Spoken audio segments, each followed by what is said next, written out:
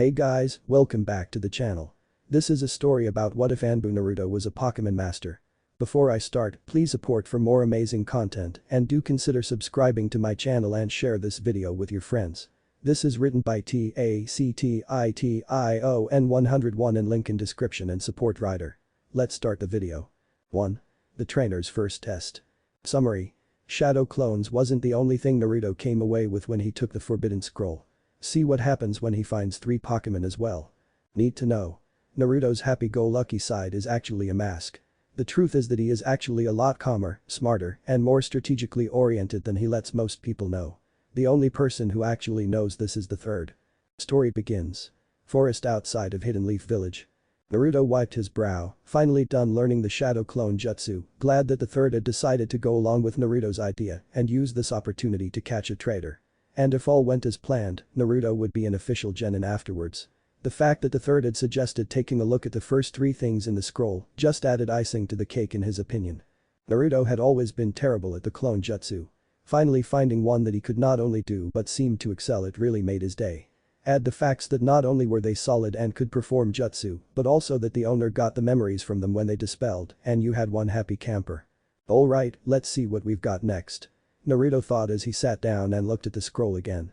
Seeing a storage seal next, he paused wondering what could be so bad that it would be sealed inside the Forbidden Scroll.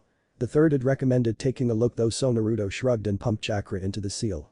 The seal flared before 3 small balls that were red on top and white on bottom, with hinges on one side and a button on the other, as well as a weird red rectangular device popped out. A note appeared as well. Deciding to play things safe on this one, Naruto reached over to the note and read. If you are reading this, then you have accepted the challenge that I could not meet. The 3 balls that have left the seal contain creatures called Pokemon. I found these 3 along with the device, which I have learned is called a Pokédex, in some ruins in the mountains of the Land of Fire. From what we and the archaeologists that were with my team have uncovered, they are the last of their kind in this world. They are said to have powers that are similar and in many ways stronger than those of shinobi. However, none of us could summon them. All of us failed the test given to us to summon them. Perhaps you will have better luck. Simply place your hands on the Pokédex and it will test you. Good luck. Minato Namikaze. Naruto's eyebrow had raised as he read about the creatures in the note, but his eyes shot wide open at the name at the end. Holy, not even the 4th could pass the test. Still, I might as well try. The old man obviously thought I had a chance to pass this test whatever it is, and it can't hurt to try, right? But that thought, Naruto placed his hand on the Pokédex. All of a sudden, Naruto's life flashed before his eyes as he relived everything in a little less than a minute, making him dizzy from the vision of his life going by at a blur. The Pokédex then beeped, causing Naruto to drop it. When the Pokédex hit the ground, it flipped open and a voice came from it. You have endured many hardships and still came out strong. You have passed my test and earned the right to be called trainer. Right after the Pokédex spoke, the 3 Pokeballs glowed a golden color before they expanded into hand-sized orbs and opened on their hinges, releasing a red beam of light from each ball. The beams turned towards the ground and changed shapes once they hit. When they did, the red light faded away, leaving 3 small creatures that had not been seen in the world for a long time. The first one was standing on all 4 legs and was a light bluish green with a green bulb on its back. The next one looked like an orange lizard that stood on its hind legs with a flame on its tail. The third one looked like a blue turtle with a yellow and brown shell that also stood on its hind legs. As soon as they were visible, the Pokédex began talking again. Bulbasaur. Pokemon type. Seed. For some time after its birth, it grows by gaining nourishment from the seed on its back. Charmander. Pokemon type. Lizard. The fire on the tip of its tail is a measure of its life. If healthy, its tail burns brightly. Squirtle. Pokemon type. Tiny turtle. It shelters itself inside its shell, then strikes back with spouts of water at every opportunity. As the Pokédex spoke, a picture of each said Pokémon was visible on its screen. As this was going on, the Pokémon were looking around. The Bulbasaur cocked its head and said Bulbasaur, soar. The Squirtle looked around some more before saying Squirtle. The Charmander spotted Naruto, and its eyes widened before it pointed at him and said Charmander. Charmander. Naruto rose an eyebrow as all 3 Pokemon were now looking at him. Okay, why are you guys just saying your names? He asked, trying to figure out these weird creatures. It was actually the Pokédex that answered. Pokemon are incapable of human speech. They rely on a language that is based off of the species' name and uses accents on certain parts of the word to form different meanings. Naruto got a WTF look on his face before he shook it away and simply decided that that little info belonged with the rest of the insane stuff that was currently going on. Looking at the three who were still looking curiously at the blonde, he looked back at the Pokédex and asked it if it had any more information on them. 2 hours later. Naruto was looking at the third entry in the Forbidden Scroll when his watch went off. Naruto took a quick glance at it and shut the alarm off before he rolled the scroll close and put it on his back. He then recalled his new Pokémon who had been laying underneath some trees as Naruto read the scroll. I'll have to try the exploding clone jutsu some other time. Now all I have to do is wait for Mizuki to come and I can bust his rear end with the shadow clone jutsu. I had wondered why the old man didn't have Anbu come with me. Old geezer must have known that I would be able to use it so well. Naruto was brought out of his thoughts when someone landed in front of him and said, "There you are, Naruto. Do you have any idea what kind of trouble you're in?" Naruto's eyes widened as he recognized his teacher Iruka. Oh crap, no one else was supposed to be here. He thought before he said, "Iruka-sensei, you need to leave, now." Iruka was about to berate his student when the word said student had said and the tone of voice he used finally took root in his mind. "What do you mean?" he asked before both heard the sound of metal flying through the air. "Look out." Iruka shouted while he pushed Naruto out of the way and got pinned to the nearby shed by multiple kunai in the process. Hearing the sound of laughter, Naruto looked along the kunai flight path and saw Mizuki on a tree branch. "There he is." Naruto thought with narrowed eyes. "I must say, Iruka, I'm impressed. I didn't expect you to find him before I did." Mizuki said as he smirked at how helpless Iruka looked before turning to Naruto and said, "Naruto, give me the scroll and I'll pass you." "No, Naruto, don't do it. Mizuki is just trying to trick you." Iruka shouted from his position. "No duh." Naruto thought. But before he could say anything, Mizuki laughed and said, "I'm not trying to trick him, Iruka. No more than the rest of the villages anyway." Iruka's eyes widened as Naruto's narrowed before he said, "What do you mean?" Mizuki gave a mad-looking grin and said, "Do you want to know why the village hates you, Naruto?" Iruka began struggling and shouted out, "No, Mizuki, you mustn't. It's forbidden." Mizuki smirked and said, "The reason why the village hates you is a secret that the third Hokage made 12 years ago on the night the Kyuubi attacked. A secret punishable by death if the adults of this village told their children. You see, the fourth didn't kill the Kyuubi, he sealed it into a baby whose umbilical cord had just been cut." Naruto's eyes widened slightly before narrowing again. "That's right, Naruto. You were that baby. You're the Kyuubi, the nine-tailed fox. Which is why you'll never be recognized and never become Hokage." Mizuki began laughing again. Iruka was about to say something, but he never got the chance. "Is that it?" Both Chunin looked at Naruto who had a raised eyebrow looking at Mizuki like he was an idiot. Mizuki was wondering why Naruto wasn't an emotional wreck while Iruka was trying to figure out how his favorite student could be so calm while facing a Chunin. Naruto shook his head and said, "I knew you were a traitor, Mizuki, but I didn't think you were an idiot as well." Pulling out one of the pokeballs from his pocket, he held it up and said, "I am no more the Kyuubi than this pokeball is a Bulbasaur." Mizuki and Iruka looked confused at this, and Mizuki said, "I have no idea what you are talking about, you demon brat, and I don't care. Once I kill you, I'll be seen as a hero." Naruto smirked and said, "Not likely. You know what, I was going to simply use the shadow clone jutsu that I learned from the scroll to bring you down for the old man, but I think I'll let one of my new Pokémon have a shot at you." Naruto pushed the button on the pokeball on his hand. The ball enlarged itself causing the two Chunin's eyes wide. Naruto then threw the ball and said, "Go, Bulbasaur." The ball hit the ground and released the grass Pokémon. Iruka and Mizuki stared at the Pokémon before Mizuki laughed and said, "Ha. What the hell is that thing? What in the world can that thing do? You know what? I think I'll just kill it as well as you." Mizuki took a demon shuriken off of his back and began twirling it before throwing it, earning a shout from Iruka telling Naruto to get out of the way. Thinking fast, Naruto called out, "Bulbasaur. Razor Leaf." The grass Pokémon gave out a shout as it launched its attack. 2 leaves shot out of its bulb and intercepted the shuriken before cutting straight through it, making the two Chunin's eyes widen again. The leaves kept going and Mizuki was forced to jump from his perch to the ground in order to avoid them. As he did, the 3 pieces of the shuriken, their paths altered slightly by the passage of the leaves, passed by either side and above Naruto before slamming into the ground behind him. Neither Mizuki or Iruka had time to notice this though, since as soon as Mizuki hit the ground, Naruto called out, "Leech Seed." Bulbasaur leaned forward and pointed its bulb towards Mizuki before firing a seed out of it. Mizuki was unable to dodge in time and the bulb hit him before vines came out and wrapped around him. The vines then began glowing red and Mizuki began screaming before dropping unconscious 10 seconds later. The vines then retracted and the seed dropped off of the traitor's body. Bulbasaur walked over to the seed that had dropped off of the traitor and touched the seed with its foot. To everyone's surprise including Naruto's, the seed glowed before being absorbed. Naruto rose an eyebrow and thought, "Didn't expect that." Before he said, "Great job, Bulbasaur." Said Pokemon smirked and nodded before walking back to Naruto, who held up the Pokeball and said, Bulbasaur, return. The Pokeball opened a little before a red beam of light hit Bulbasaur and drew it back into the ball. As soon as the ball closed again, Naruto put it back into his pocket and turned around and ran over to Iruka and began taking out the kunai.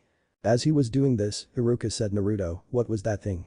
Naruto looked up from the last kunai that he had just taken out from Iruka's pant leg and said, a Pokemon. The what?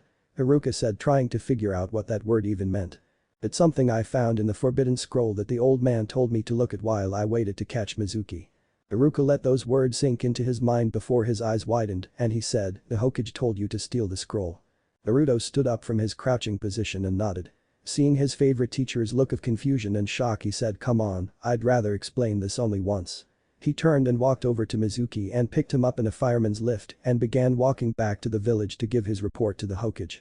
Iruka shook himself before taking off after his student. As he did, what Naruto had said a short time ago finally registered. Turning to Naruto, he said, Naruto, did you say earlier that you learned the Shadow Clone Jutsu?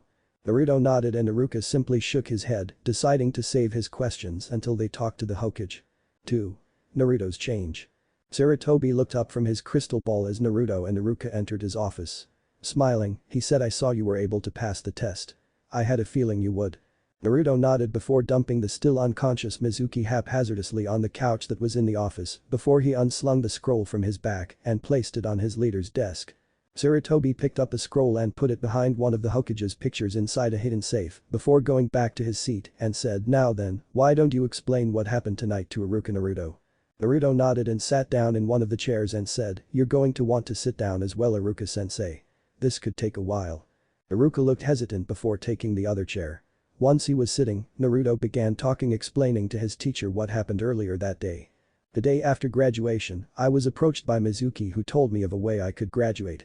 Thinking that it might be like that Rock Lee kid I heard about who graduated last year with the old man's permission, since it was found he couldn't use chakra outside of his body, I asked him how. He told me that to pass, I had to slip into the Hokage tower and steal a scroll that would be marked forbidden. I decided to play along and told him I would do it. After he told me where and when to meet him, I went straight to the old man and told him about what Mizuki had told me. The old man wanted to just grab the traitor and send him to Ibiki, but I asked permission to go through with it and catch him in the act. The old man agreed and told me to look at the first 3 entries on the scroll, since he said that they should be able to be of use to me. Iruka's eyes widened as Naruto continued. The first entry was the Shadow Clone, which I must admit seems to have been custom made for me, since I can literally make an army of them and not break a sweat. Iruka's eyes went bug-eyed when Naruto said that. The third entry was the Exploding Shadow Clone. I haven't actually had a chance to try it out yet, but I'm going to as soon as I get the chance. But those two aren't the real kickers. The real show stealer was the second entry. It was a storage seal that contained 3 balls and a device, as well as a note written by the fourth himself. Naruto pulled out his 3 Pokeballs and the Pokédex.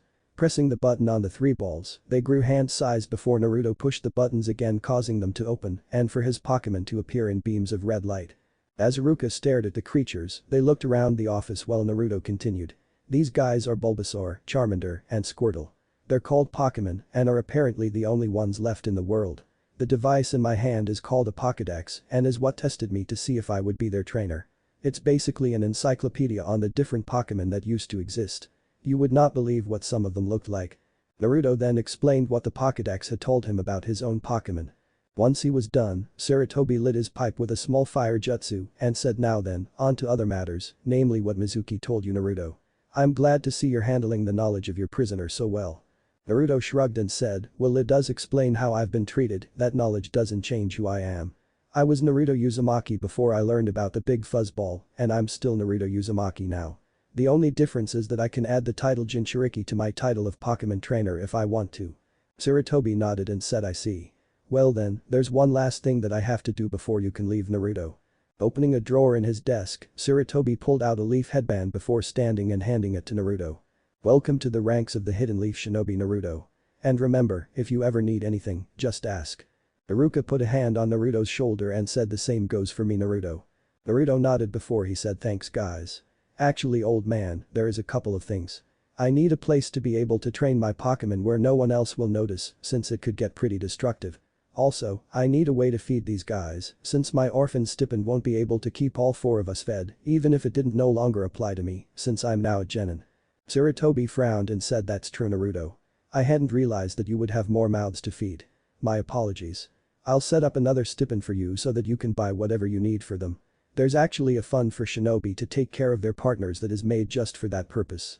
As for a training area, I recommend using the woods behind the Hokage monument since most people don't go there often and there is an actual training area there that is no longer used. That should work until your team's assigned a training ground." Naruto nodded and thanked the man as he tied his headband to his head before he recalled his Pokemon and exited the office. Scene change. Hokage monument, the next morning.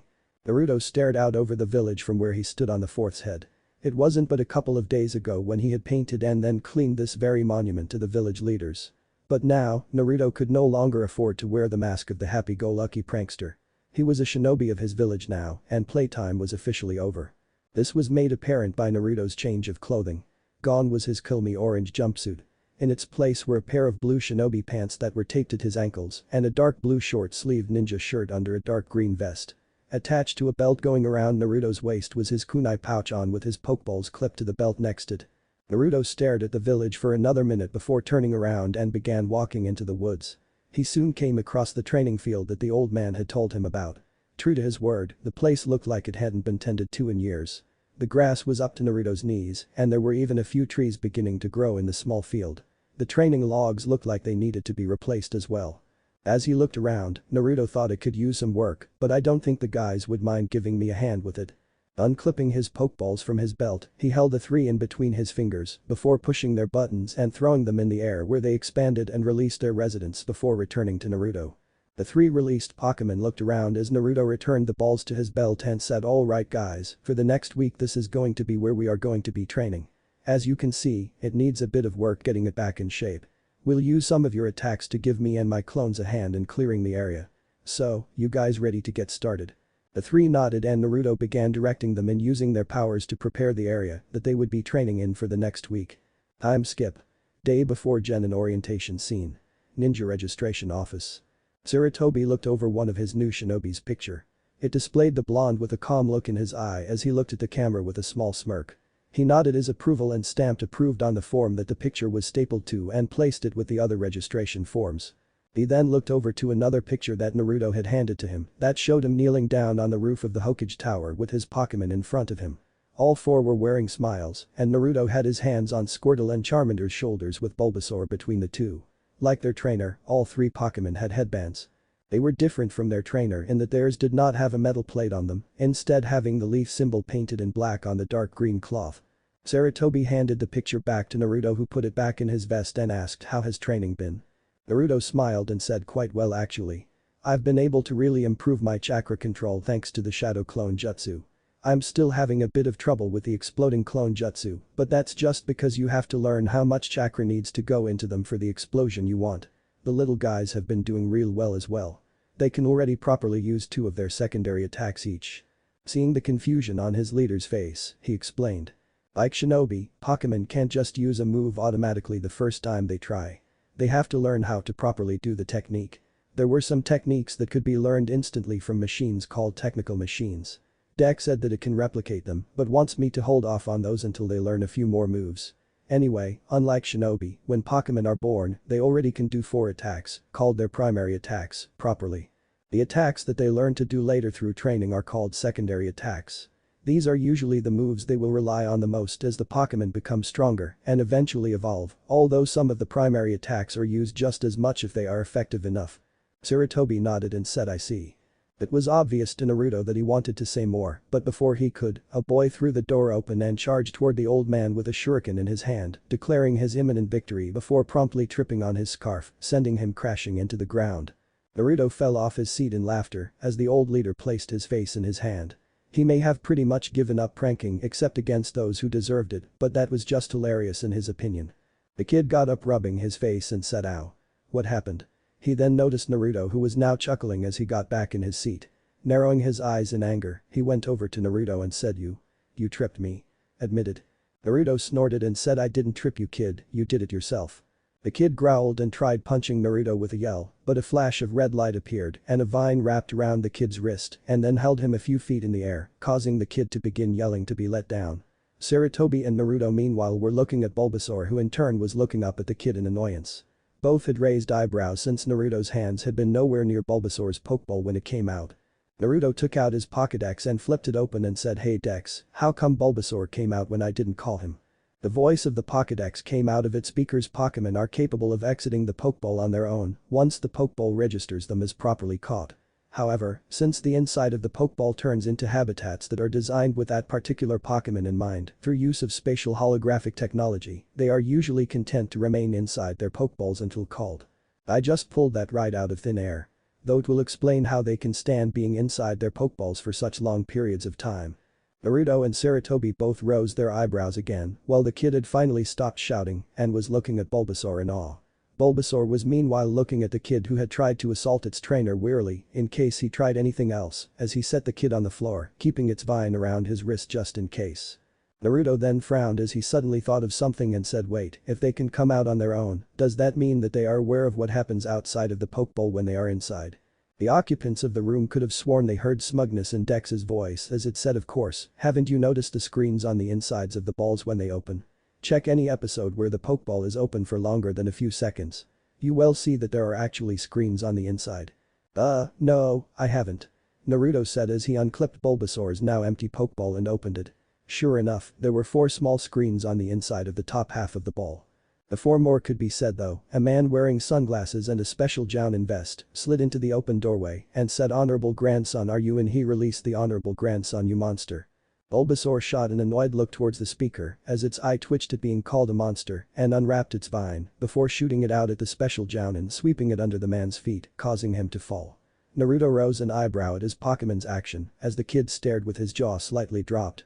Bulbasaur then smirked before it walked over to Naruto and pushed the button on its ball with its vine, which drew it back in and closed in a click. Throughout it all, Sarutobi merely shook his head at the antics of Naruto's Pokemon. The man shakily got to his feet and said while glaring at Naruto, "Keep a leash on that monster of yours, you brat." Naruto was instantly on his feet as he glared at the special Jounin and said, "You take that back. Bulbasaur is a Pokemon, not a monster." The man sneered and said, "Or you will do what? But it is no surprise that you took its side. After all, those who are alike tend to stay together." "Ibisu?" Sarutobi said sharply, ready to properly reprimand his shinobi, but never got the chance.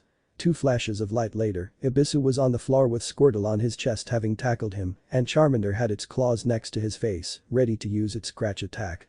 "Squirtle, Charmander. Leave him alone, he's not worth it."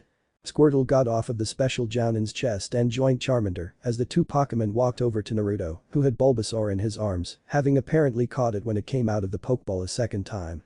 Said Pokemon was scowling at Ibisu, looking as if it would like nothing better than to shoot a razor leaf barrage at the man.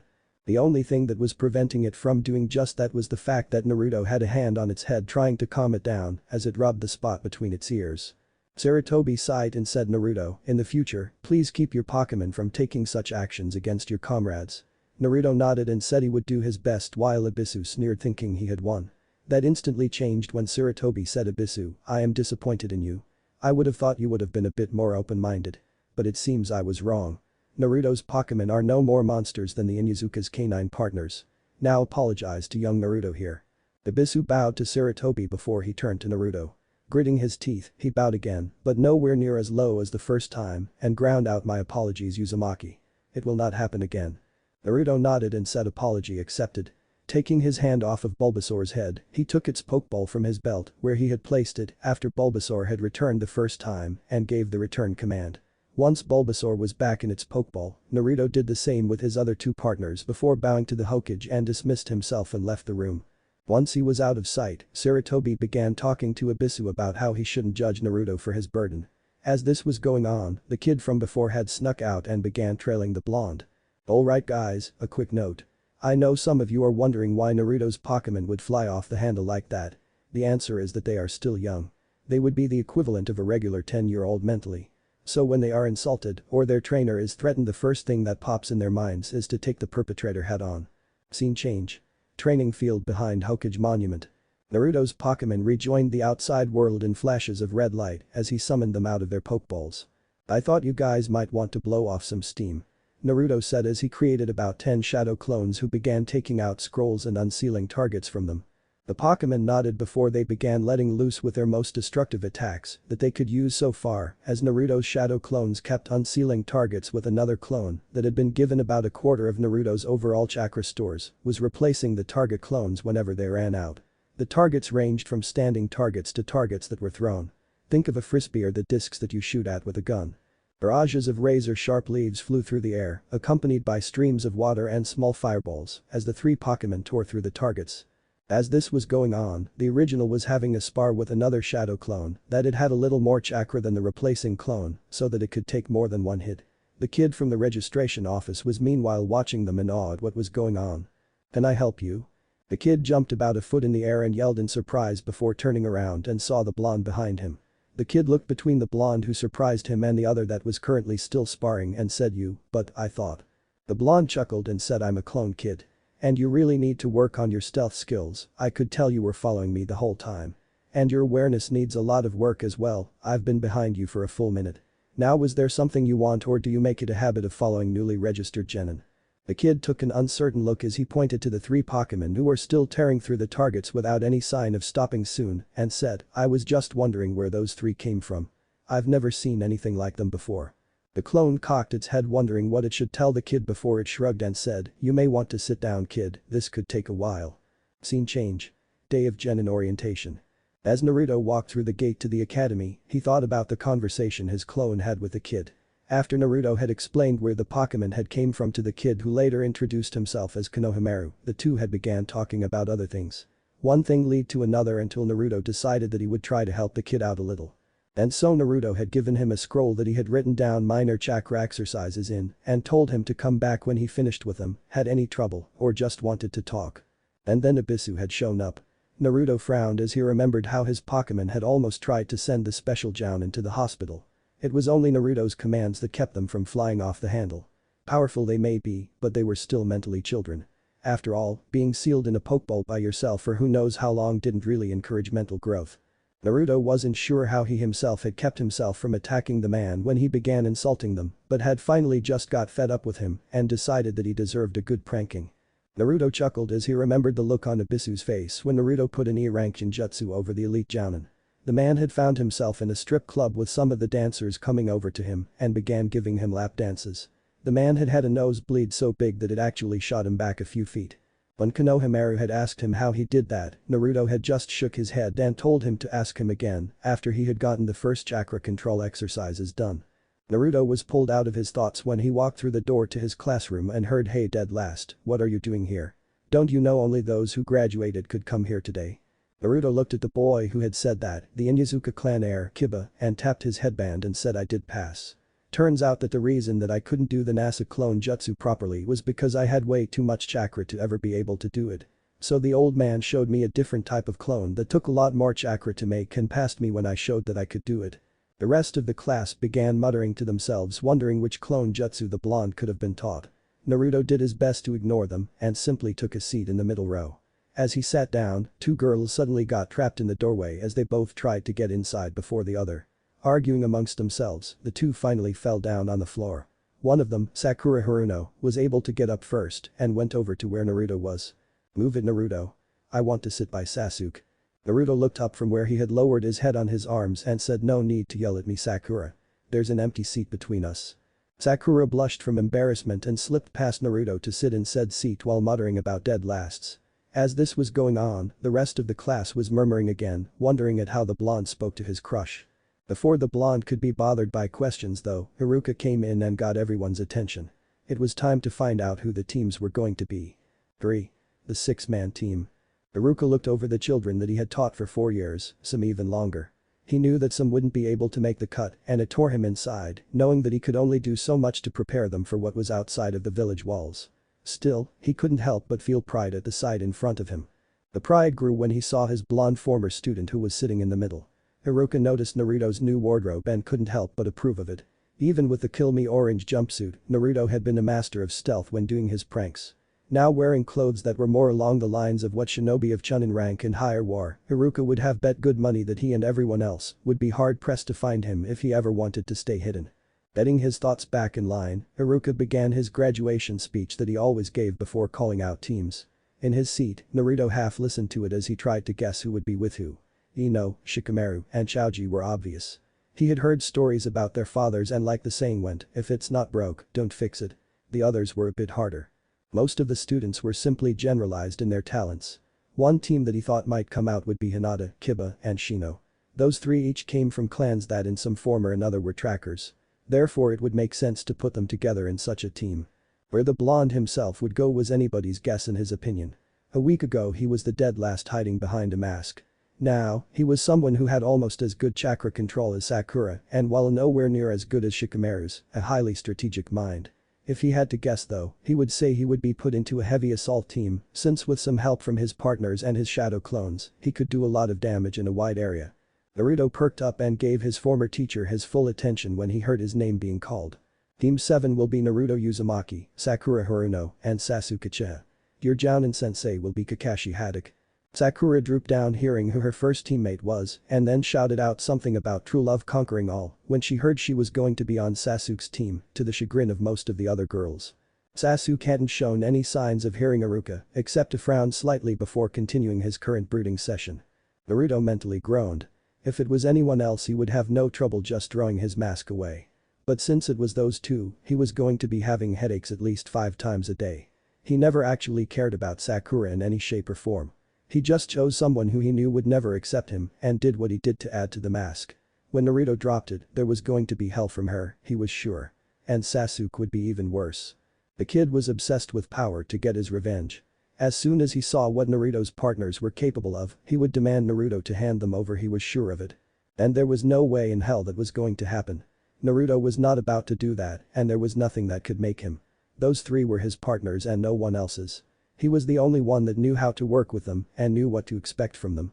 Add to the fact that Sasuke wouldn't give a damn about taking proper care of them and just pushing them to and past a breaking point to try and get them as strong as possible as fast as possible and you had confrontation written all over the situation. Naruto absent-mindedly noticed that he had been right about the last two teams before Iruka told them to take an hour break for lunch and then come back to meet their senseis. After he left the classroom, Naruto found himself a secluded spot in the park next to the academy and let his Pokemon out. As the three appeared in the usual flashes of light, Naruto sat down under the tree he was standing by and unsealed 4 apples. Taking one of them he said, "Enjoy guys." Before taking a bite. The 3 Pokemon each grabbed an apple for themselves before taking their own positions and began eating. Squirtle leaned against Naruto as Charmander sat close to him on their trainer's other side. Bulbasaur had grabbed its apple with a vine and went under another tree to eat by himself. Naruto frowned as he watched one of his partners walk to the other tree before shaking his head and going back to his lunch. Being by himself for so long had made Bulbasaur a bit of a loner when it came to doing anything with the others besides training. Naruto had tried to get the grass type to join the other 2 Pokemon whenever he let them out just to relax, but so far there was no luck. Charmander had also watched Bulbasaur move to be by himself and looked sad that his friend wasn't joining them. Squirtle saw this and popped the whole apple into his mouth and chewed twice before swallowing. He then hopped over Naruto and walked around Charmander before heading to Bulbasaur. Naruto and Charmander watched as the small turtle Pokemon tried to get their teammate to join them. After a short conversation between the two, Squirtle sighed and walked over to the other 2 and shrugged. Charmander looked down before he began eating his own apple. Squirtle meanwhile climbed into Naruto's lap and laid down, prompting Naruto to begin rubbing its head. Naruto smiled down at it and began rubbing the turtle's head with his free hand as he continued eating his apple with his other. Squirtle closed its eyes as Naruto's rubbing lulled it into a doze. Charmander finished his own apple and leaned against Naruto, who began rubbing his head as well after he had finished eating. Bulbasaur watched the scene and smiled before finishing his apple and closed his eyes as well. Charmander soon followed as all 3 Pokemon enjoyed the relaxing moment while Naruto smiled at them. Scene change. Academy classroom. Naruto walked back into the classroom with his partners back in their Pokeballs. He thought it best that he not draw attention to them since it would only lead to awkward questions from his classmates. Finally came back a dead last. Any later and you would have been late to meet your sensei. Oh, the irony of that statement. Naruto looked over to Ino, who was sitting with her new team like everyone else, and shrugged before taking the empty seat in the back corner before leaning back and placing his legs on the desk and closed his eyes. This brought muttering to the others who were wondering why Naruto hadn't tried to sit as close to Sakura as possible. Before anyone could ask him though, the senseis began coming and calling out their teams. 2 hours later. Sakura groaned and said, "Where the hell is he? It's been 2 hours." Naruto merely opened one of his eyes before closing it again. The rest of the Team Jounin had appeared for their teams within minutes of each other, leaving only Team 7 to wait for their sensei. Naruto would have set up a prank for their Jounin teacher for being so late, but was enjoying the peace and quiet for as long as possible. A couple of minutes later, the door slid open and someone said yo. Team 7. Naruto opened his eye again and looked at the man that stepped into the room as Sakura shouted out, "You're late." Naruto rose an eyebrow and opened his other eye as he noticed the hair and immediately recognized the man. There was only one person that Naruto had seen in the village that had silver hair that defied gravity like the man currently in front of him. Dog. When did he leave Anbu? Said person studied the three kids in front of him for a moment and said, my first impression of you guys is, you're boring. Sakura face vaulted before he continued, meet me on the roof in 5 minutes. Kakashi then disappeared in a poof of smoke. Naruto stood up from his seat and stretched before climbing down the stairs and headed to the door. Once there, he turned around and looked at his teammates who hadn't moved yet and said, you coming? Sakura shook herself and rushed over to the doorway, while Sasuke stood up and began walking over as well. Naruto meanwhile shook his head and thought it's going to be so much fun working with these guys. Once everyone was on the roof, Kakashi looked up from his book at his new students, who had sat down in a row in front of him with Sakura between the two boys. Closing his book, he placed it in his pouch and said, okay. Why don't you introduce yourselves and tell me a bit about yourselves? Sakura looked confused and said, sensei, what do you mean? Kakashi shrugged and said, you know, your likes, dislikes, dreams, and hobbies. Why don't you go first to show us how it's done? Sakura said, causing the three males to wonder how this girl was the smartest in the class. Kakashi gave a small sigh and said, very well. My name is Kakashi Haddock. I have a few likes and dislikes. My hobbies aren't really something you need to know about. And as for dreams, well, that's none of your business. The three genin sweat dropped and thought all he told us was his name, and we knew that already. Kakashi then pointed to Sakura and said, alright Pinky, your turn. Sakura glared at the nickname but went anyway. My name is Sakura Haruno. I like, looks at Sasuke and blushes. My dislikes are Ino Pig and Naruto. Q mock pout from Naruto earning a raised eyebrow from Kakashi who was the only one to notice it. My hobbies, well you don't need to know those. Another blush giving the others a good idea what those hobbies were. My dream? Well, looks at Sasuke again and blushes before giving a squeal, earning a sweat drop from Naruto and Kakashi. Right, Kakashi said before pointing to Sasuke and said, you with the duck butt hairdo, your turn. Naruto burst out laughing as Sasuke and Sakura glared at the man. Sasuke then said, my name is Sasuke Uchiha. I don't have many likes and many dislikes. I don't have any hobbies. I don't have a dream, that's just a word. What I do have is an ambition. To restore my clan and to kill a certain man. The thoughts that came from the others were as follows. He is so cool.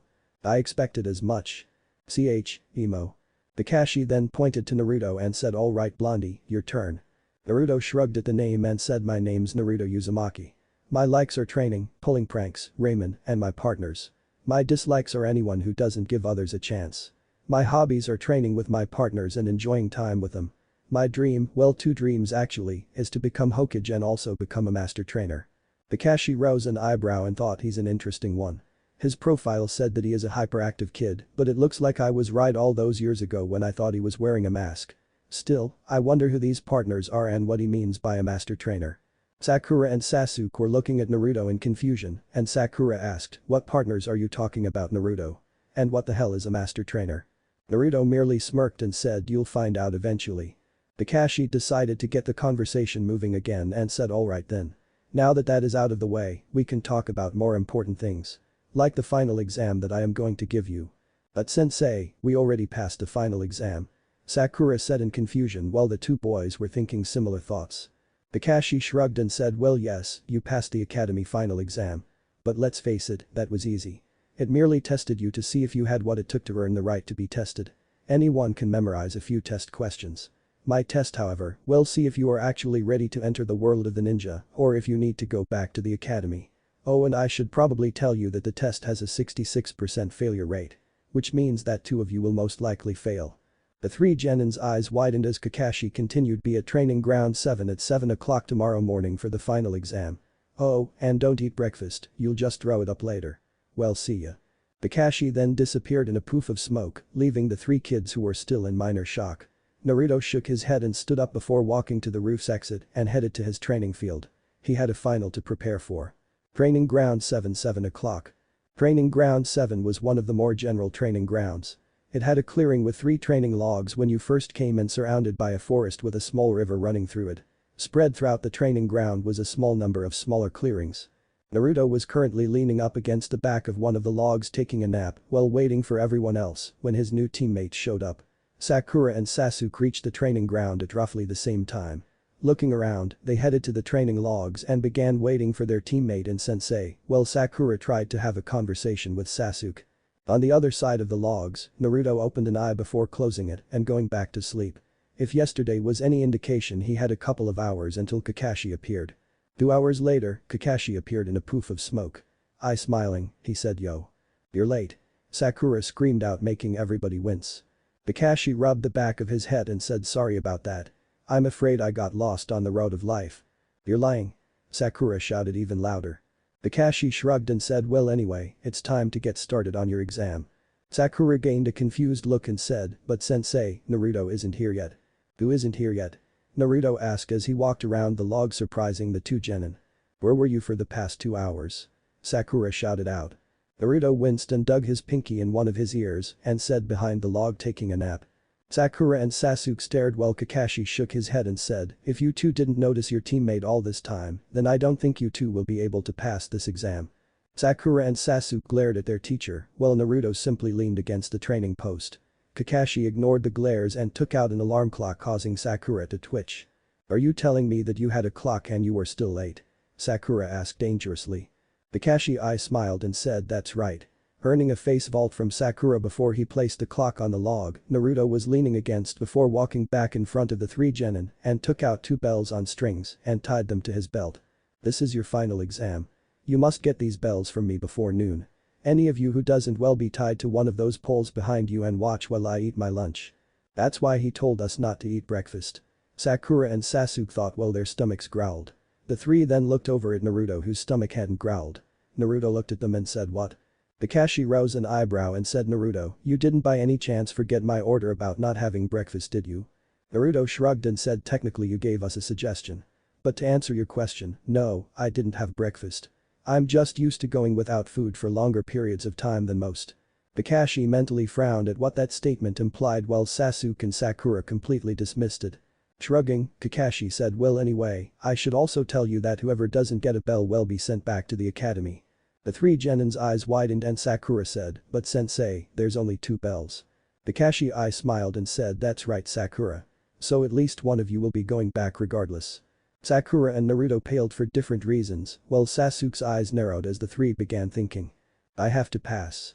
This is a test of love." Sakura. "No way am I going back to the academy. Good thing I have a couple of aces up my sleeve." Naruto. "I have to pass. I cannot get strong enough to beat him in the academy." Sasuke. Kakashi noticed the looks on their faces and mentally grinned before he said, "Alright then, let's get started. Oh, and come at me with intent to kill. Otherwise you will never get a bell." "Okay, ready, begin." The 3 genin jumped away from Kakashi and hid themselves in the forest. Kakashi looked around and found Sakura and Sasuke where they were hiding and thought they know how to hide fairly well for genin, it seems. But where's Naruto? A barrage of projectiles suddenly came at Kakashi from the side, causing him to jump 2 out of the way. To his surprise, he noticed that said projectiles were actually leaves. He got an even bigger shock as the leaves kept traveling and tore through the trees on the other side of the clearing. Kakashi looked back to where the leaves had originated but didn't see anything in the woods. Sakura and Sasuke both stared from their hiding spots and wondered just what the hell the dead last had just done. But Naruto, he frowned from his spot in a tree. Looking down at the ground where Bulbasaur was, he said, "Well, that was disappointing. Do you think you could get him with a wider spread?" Bulbasaur looked up at its trainer and somehow seemed to shrug before looking back at its target and let loose with another barrage. Back with Kakashi, he spotted another barrage heading his way, spread out and started dodging again. As more leaves came, he started traveling towards the point of origin, hoping to find out what Naruto was doing to shoot the leaves. However, by the time he got there, nothing was there. Looking down at the ground, he noticed a set of footprints that confused him. It looked like a small 4-legged animal that had 3 toes on the front and a round back. A bit farther in the forest, Naruto studied his opponent as he clipped Bulbasaur's Pokeball back to his belt. It was apparent that Naruto wouldn't be able to get the bells by hitting the silver-haired Jounin with Bulbasaur's ranged attack, and Naruto doubted that its Vine Whip or Leech Seed would have any more success. It was time to switch tactics. Kakashi went back to the clearing after about a minute of looking for Naruto and whatever kind of animal was with him. He was about to go after the other two when a voice spoke up behind him. "And where do you think you're going?" Kakashi turned around and saw Naruto standing about 10 feet behind him with his arms crossed. "He's good. I barely noticed him before he spoke up." Kakashi thought, hiding his surprise, and said, "You're a bit odd, you know that, right?" Naruto shrugged and said, "So? Even if I am, I'm getting one of those bells." Kakashi rose his visible eyebrow and said, "Is that so? I find that hard to believe considering you were the dead last of your class." He then reached into his pouch, making Naruto tense, getting ready to get out of the way of whatever weapon his teacher pulled out. When said teacher pulled out his orange book that he had been reading before the introductions, Naruto face vaulted. Getting back up, he said, "What are you doing reading your book during a fight?" Kakashi opened the book and said, "Well, I want to know what happens next, obviously. Don't worry though. I assure you, I can still take you on with one hand." Naruto frowned before he crossed his hands. 6 clones suddenly appeared in poofs of smoke, making Kakashi's eye to widen slightly before Naruto said, "Get him." The clones launched themselves at Kakashi, who began dodging and blocking the clones' attacks, while Naruto hung back looking for any openings in how the Jounin fought. As this was going on, Kakashi said, "Ninja Arts 101, Lesson 1 to Jutsu." Right after he finished talking, Kakashi started tearing the clones apart. Once they were gone, he got into a relaxed position and said, "I hope that wasn't the best you could do. If so, then I'm afraid you have no chance of getting a bell."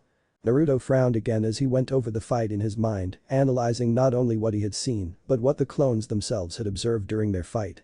Naruto then crossed his fingers again.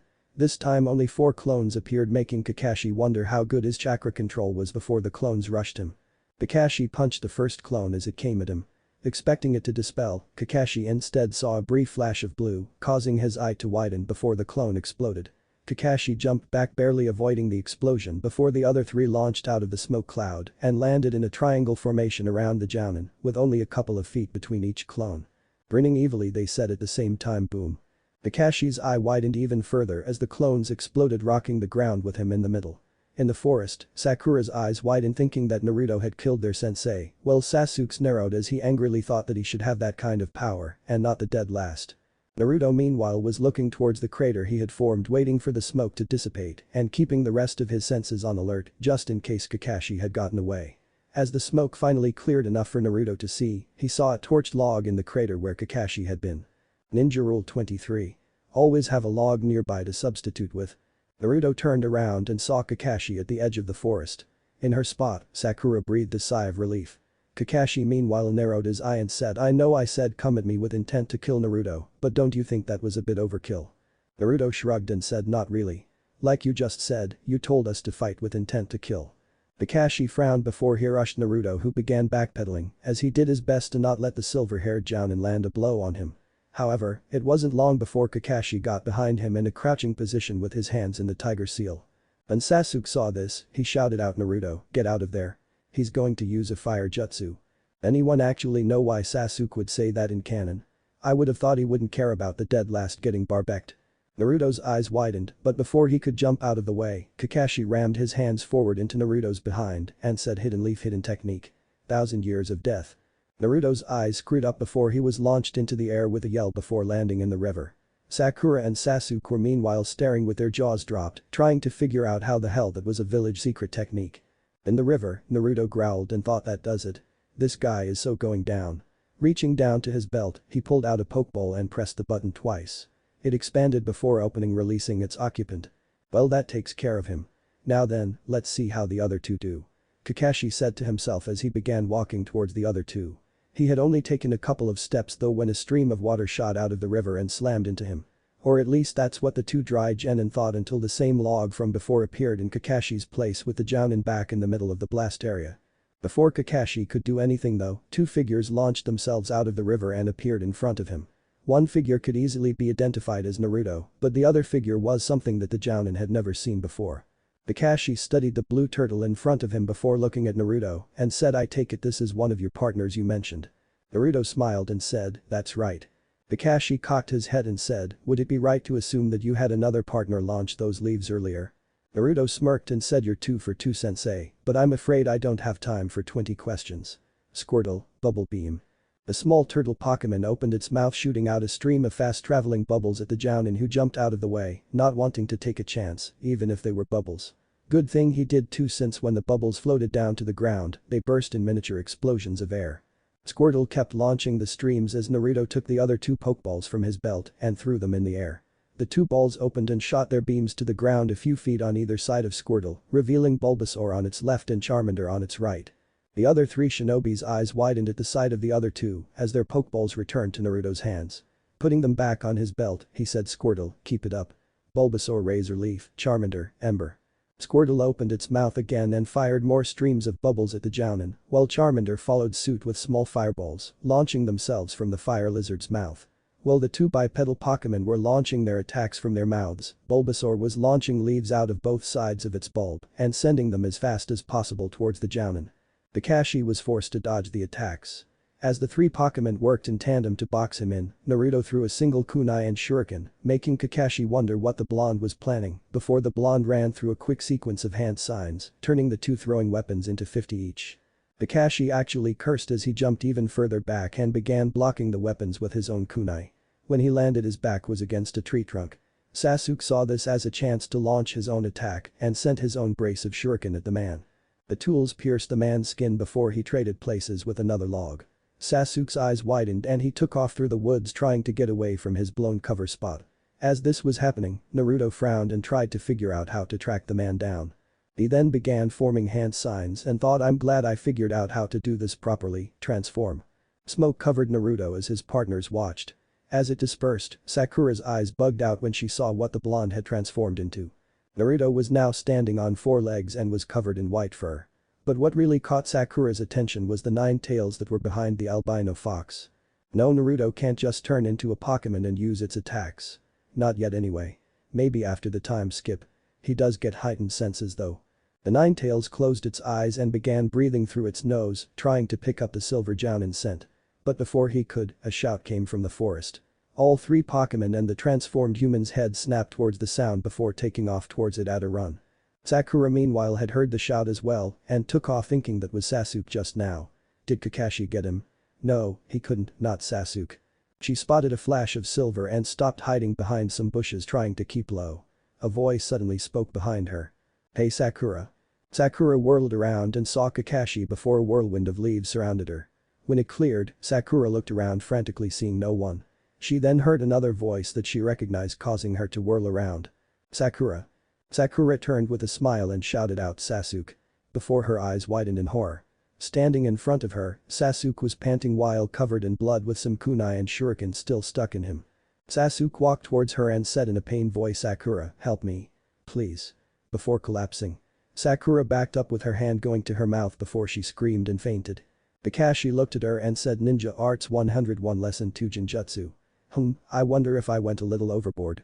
Her file said that she was a Genjutsu type. Oh well, better go find Naruto. No telling what that kid will come up with if I leave him alone for too long. Said blonde and his partners were currently running through the trees before they came upon a clearing smaller than the one at the gate. Coming to it, they found the back of a head with duck butt hair sticking out of a hole in the ground. The 4 walked slowly over to it, looking out for Kakashi before moving to the front.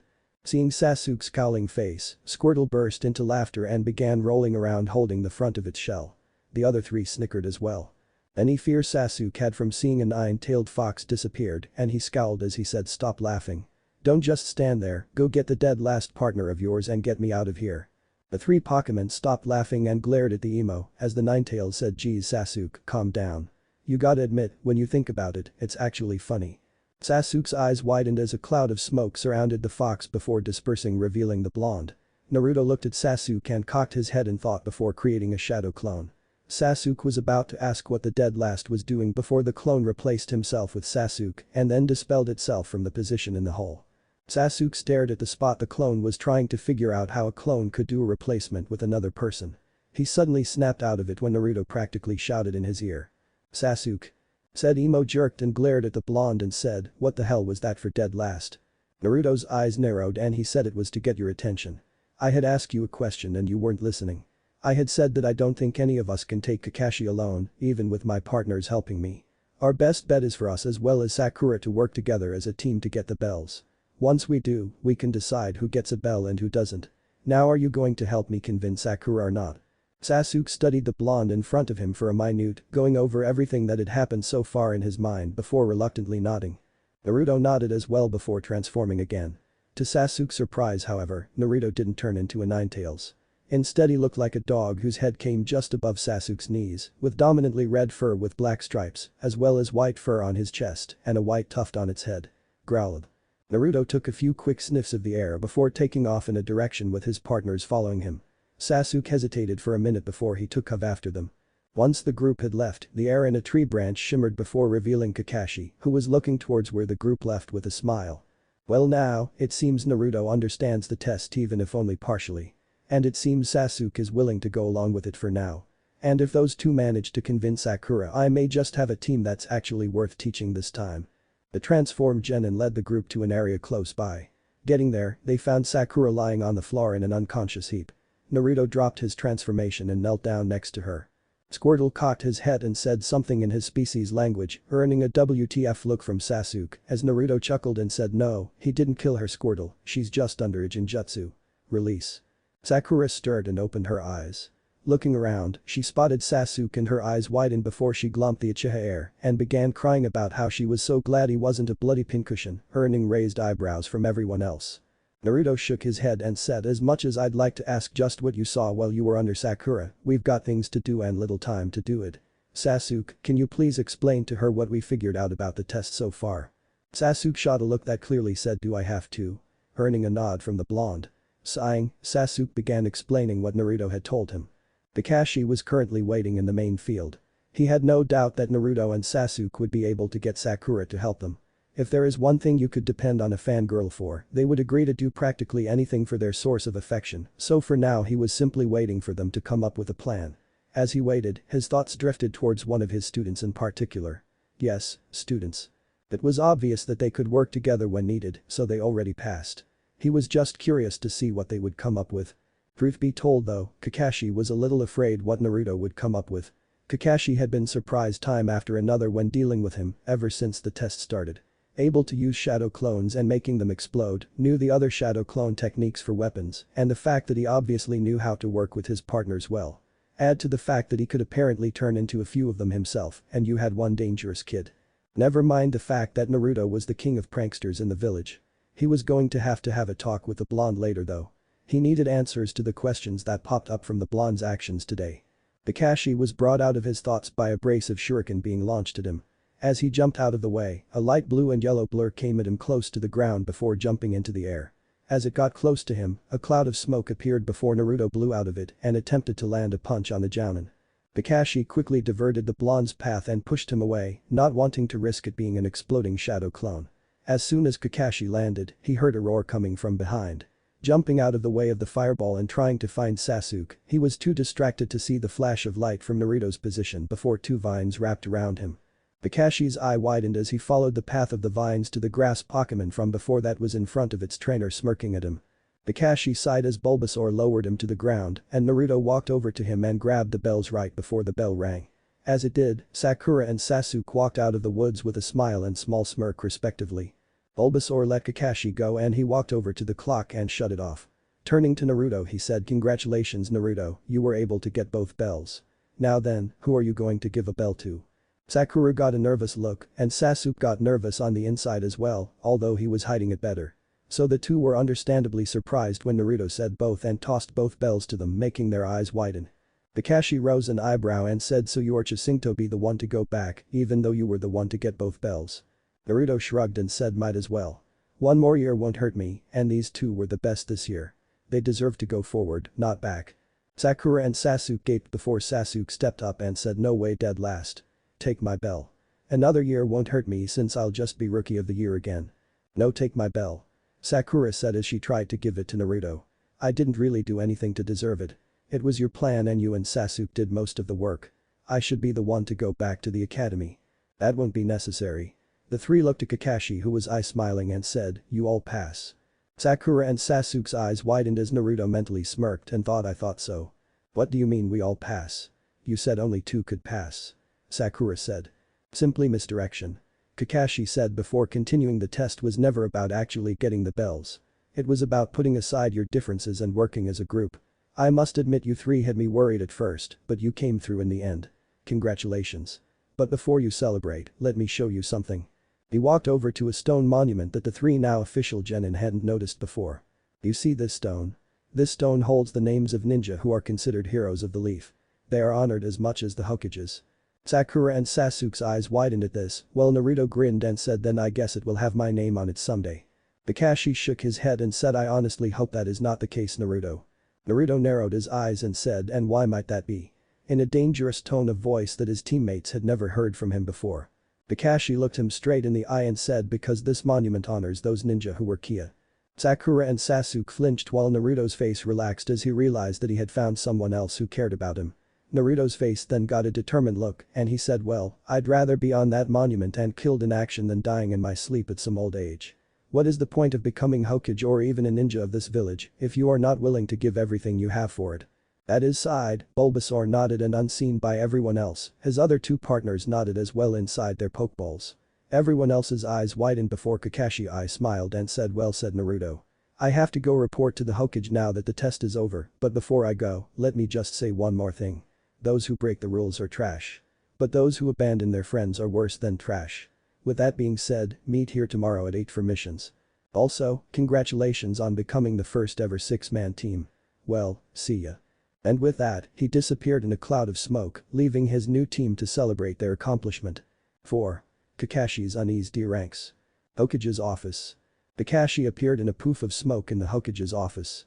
Around him were the other jounin who had tested this year's graduates. In the back was Iruka who was leaning against the wall next to the door. Now that everyone's here, we can begin. Sarutobi said, earning chuckles from the other jounin. Nodding to the first jounin, Sarutobi pulled out a list of the teams that had 2 checkboxes for each row and held a pen over the sheet. At the top of the 2 columns were pass and fail.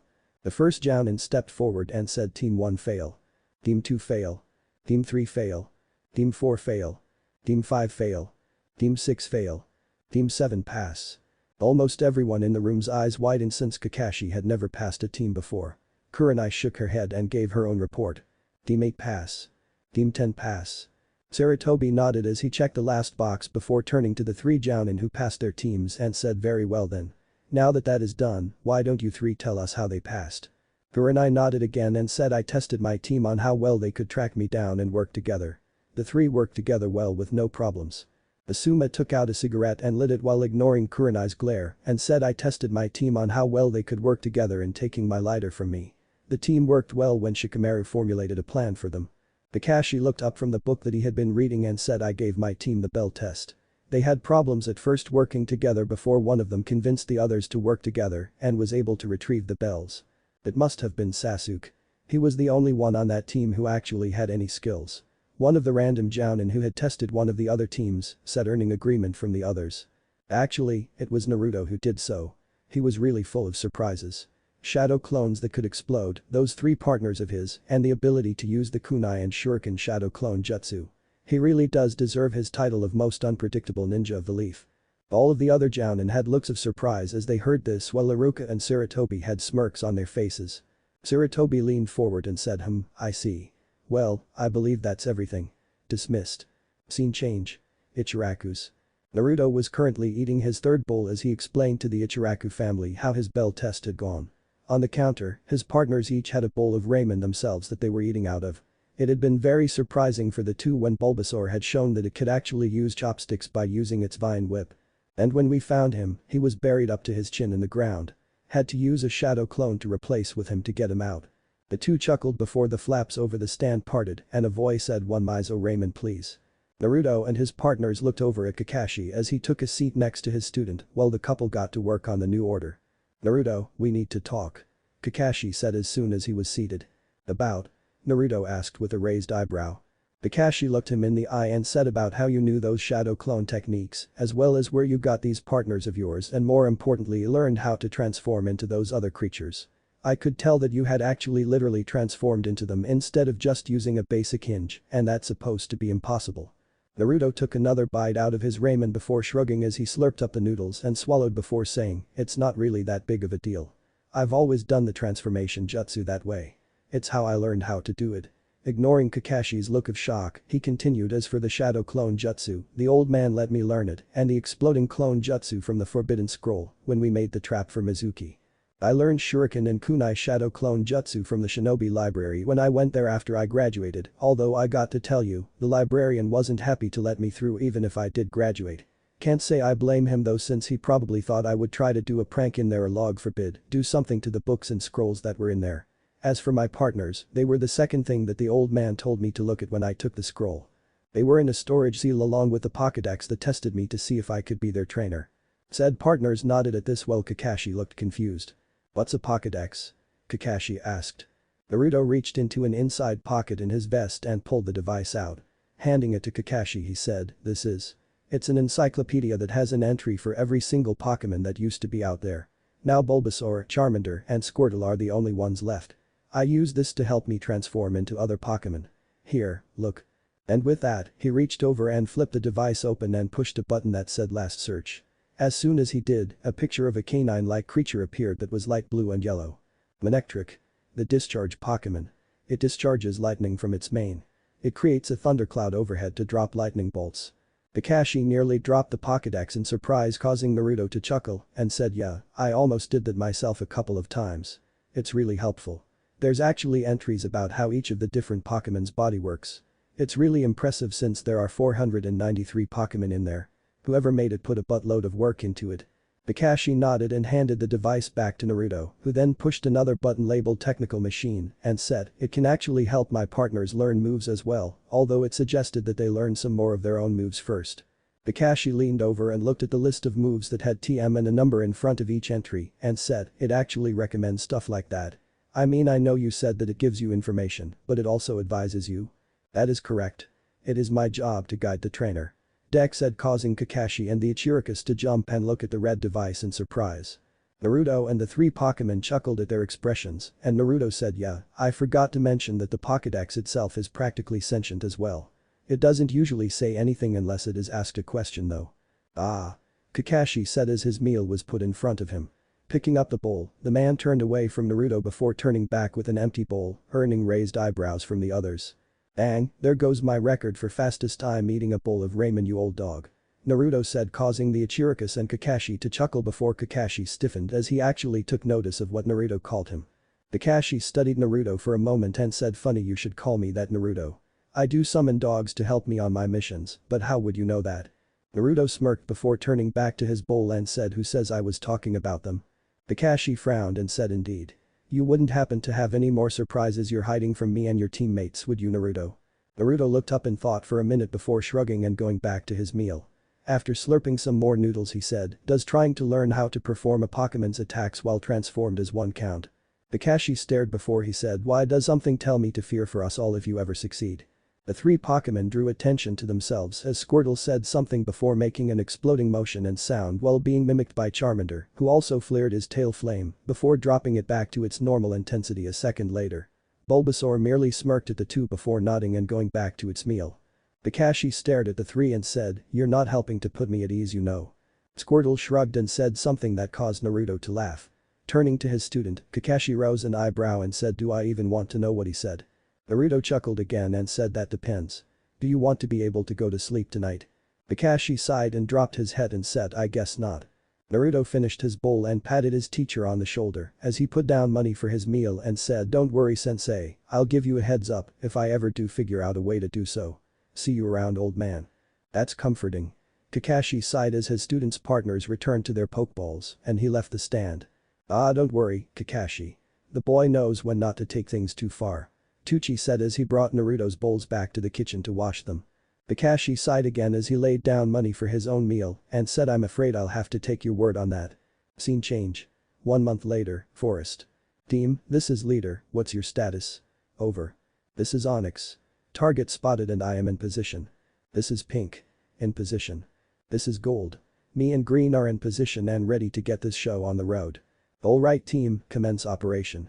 Two blurs launched themselves from around two separate trees towards a figure that was on the forest floor. The figure turned around and hissed at the two, showing it to be a cat before it took off into the forest.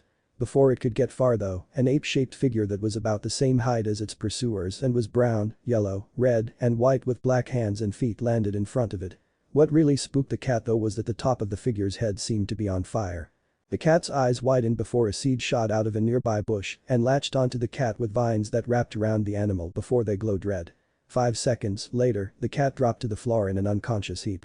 Bulbasaur walked out of the bushes as Sasuke and Sakura appeared. As they did, the Infernip smirked before disappearing in a cloud of smoke to reveal Naruto. Putting a hand against a radio headset in his right ear, Naruto said, "This is gold. Target apprehended. Confirm target's identity." Sakura walked over and picked up the unconscious cat after Bulbasaur absorbed its seed while Sasuke looked at its ear. Target confirmed to have ribbon on its right ear with Tora written on it. Very well. Mission. Catch Tora is a success. Return to the tower. Roger that. The 3 humans said as they began heading out of the forest with Bulbasaur walking by Naruto's side. As they came out and were joined by Kakashi, Naruto looked down at his partner and said, "You guys are lifesavers. Have I ever told you that?" Bulbasaur smirked and nodded knowing what his trainer was talking about. No matter what the mission was, Naruto's partners had always proved their worth. Whether it was helping to clear fields or cut grass with Bulbasaur's razor leaf, Charmander helping at the bakery and other places that required near-constant flames, or Squirtle helping them clean out lakes and rivers, the 3 were always willing to help their trainer finish his mission faster. As the team walked into the tower, Naruto recalled his Pokémon. This hadn't been the first time they had been assigned to catch Tora, and the first time Naruto had made the mistake of not recalling his Pokémon before meeting with the daimyo's wife. Needless to say, Bulbasaur had been a bit traumatized by how the lady had nearly hugged him to death. 5 minutes later, the revived Tora was being smothered by the rather large woman as she walked out the door. As it closed, Sarutobi shuffled through the mission scrolls and said, "Well done Team 7. Now then, we have quite a few more missions you can take. There's walking the Inuzuka's dogs, babysitting one of the counselor's children, we have a building that is ready for demolition that I'm sure you would enjoy Naruto and Tora, come back. And catching Tora again." Sarutobi finished lamely. Naruto rolled his eyes as he reached for a Pokeball and said, "I knew I shouldn't have revived that cat." Before Naruto could take drastic action against a demon hiding in a small cat's body though, Kakashi put a hand on his shoulder and said, "Actually Lord Hokage, I believe that my team is ready for a higher mission." The 3 genin looked at Kakashi with hopeful eyes before Iruka burst their bubble. "But Kakashi, it's only been a month. They couldn't possibly be ready for a C-ranked mission." Naruto turned to his former teacher and said, "And why not Iruka-sensei? Sasuke and Sakura were the best in our class, and me and my partners can handle practically anything Kakashi-sensei throws at us when we're training. What is babysitting a couple of kids going to prepare us for anyway? The only thing I see that preparing me for is dealing with the council when I finally claim the old man's hat." Said old man chuckled as he said, "He does have a point there Iruka. After all, this team does have 7 members instead of the usual 4. I'm sure they can handle a simple C rank. Can you please pass them to me?" Iruka wanted to argue the point but respected his leader's decision, so he instead sighed before handing over the requested missions. Sarutobi looked through them before stopping on a particular one. "This should do for a first C rank. You will be escorting a very important person on their way back home." Naruto perked up and said, "Who is it?" "Some noble who paid the village a visit." He then paled and said, "It's not the daimyo's wife and her pet cat, is it?" Sasuke and Sakura also paled as they heard the question, while Sarutobi merely chuckled and said, "No, that's for a more experienced team I'm afraid." He chuckled again as the genin in the room sighed in relief before continuing. "You will be escorting a bridge builder as he returns home to the land of waves and finishes building his bridge. You can expect bandits, but that's it. Please send him in." The door opened and an old man with grey hair and a beard with a large brim hat on his head and a towel around his shoulders. In his hand was a large sake bottle and Naruto's nose, which had began getting more sensitive lately due to his progressive transforming into Pokémon with advanced tracking senses, picked up that the old man was probably a good way through the bottle if the smell of his breath was anything to judge by. The man frowned and said, "These are the super ninja that are supposed to be protecting me. They look like a bunch of wet-nosed brats. Especially the midget. He's got the face of an imbecile. It's a joke, right? You kids aren't really ninja, are you?" Naruto frowned. His size was a real touchy subject since the only thing he had really been able to afford before he graduated was ramen most of the time, thanks to the villagers overcharging him for food most of the time. And while he did love ramen as much as he said he did, even he knew that it wasn't the best for him, which was why he mainly only ate it at Ichiraku's now. The gleam then appeared in Naruto's eye, causing his 2 teammates to slowly begin backing away. "So you think I'm a midget that's an imbecile, eh?" Naruto asked as he grinned before he made a hand sign making the man nervous. Naruto was then covered in smoke which faded away to reveal a large brown bear with a yellow circle on its chest that easily stood at least a head over everybody else and whose ears were flattened against the ceiling. The bear then walked over to the man and placed a paw on his shoulder, causing him to stumble a little, and said, "Do you still think I'm a wet-nosed brat?" The man began sweating and said no. The Ursaring smirked and said, "Good cause, believe me, I can turn into things that are a whole lot worse than this, but I don't want to destroy this tower." "Alright Naruto, that's enough tormenting the client," Kakashi said, not once looking up from his book. The Ursaring shrugged before it was covered in smoke, revealing Naruto, who walked back over to his teammates. Sarutobi chuckled at the blonde's antics as Iruka shook his head before he said, "Mr. Tazuna, I assure you that these three are the best of their year. They will be more than enough to protect you from bandits, and if they do run into more than they can handle, I'm sure their Jounin instructor could handle things."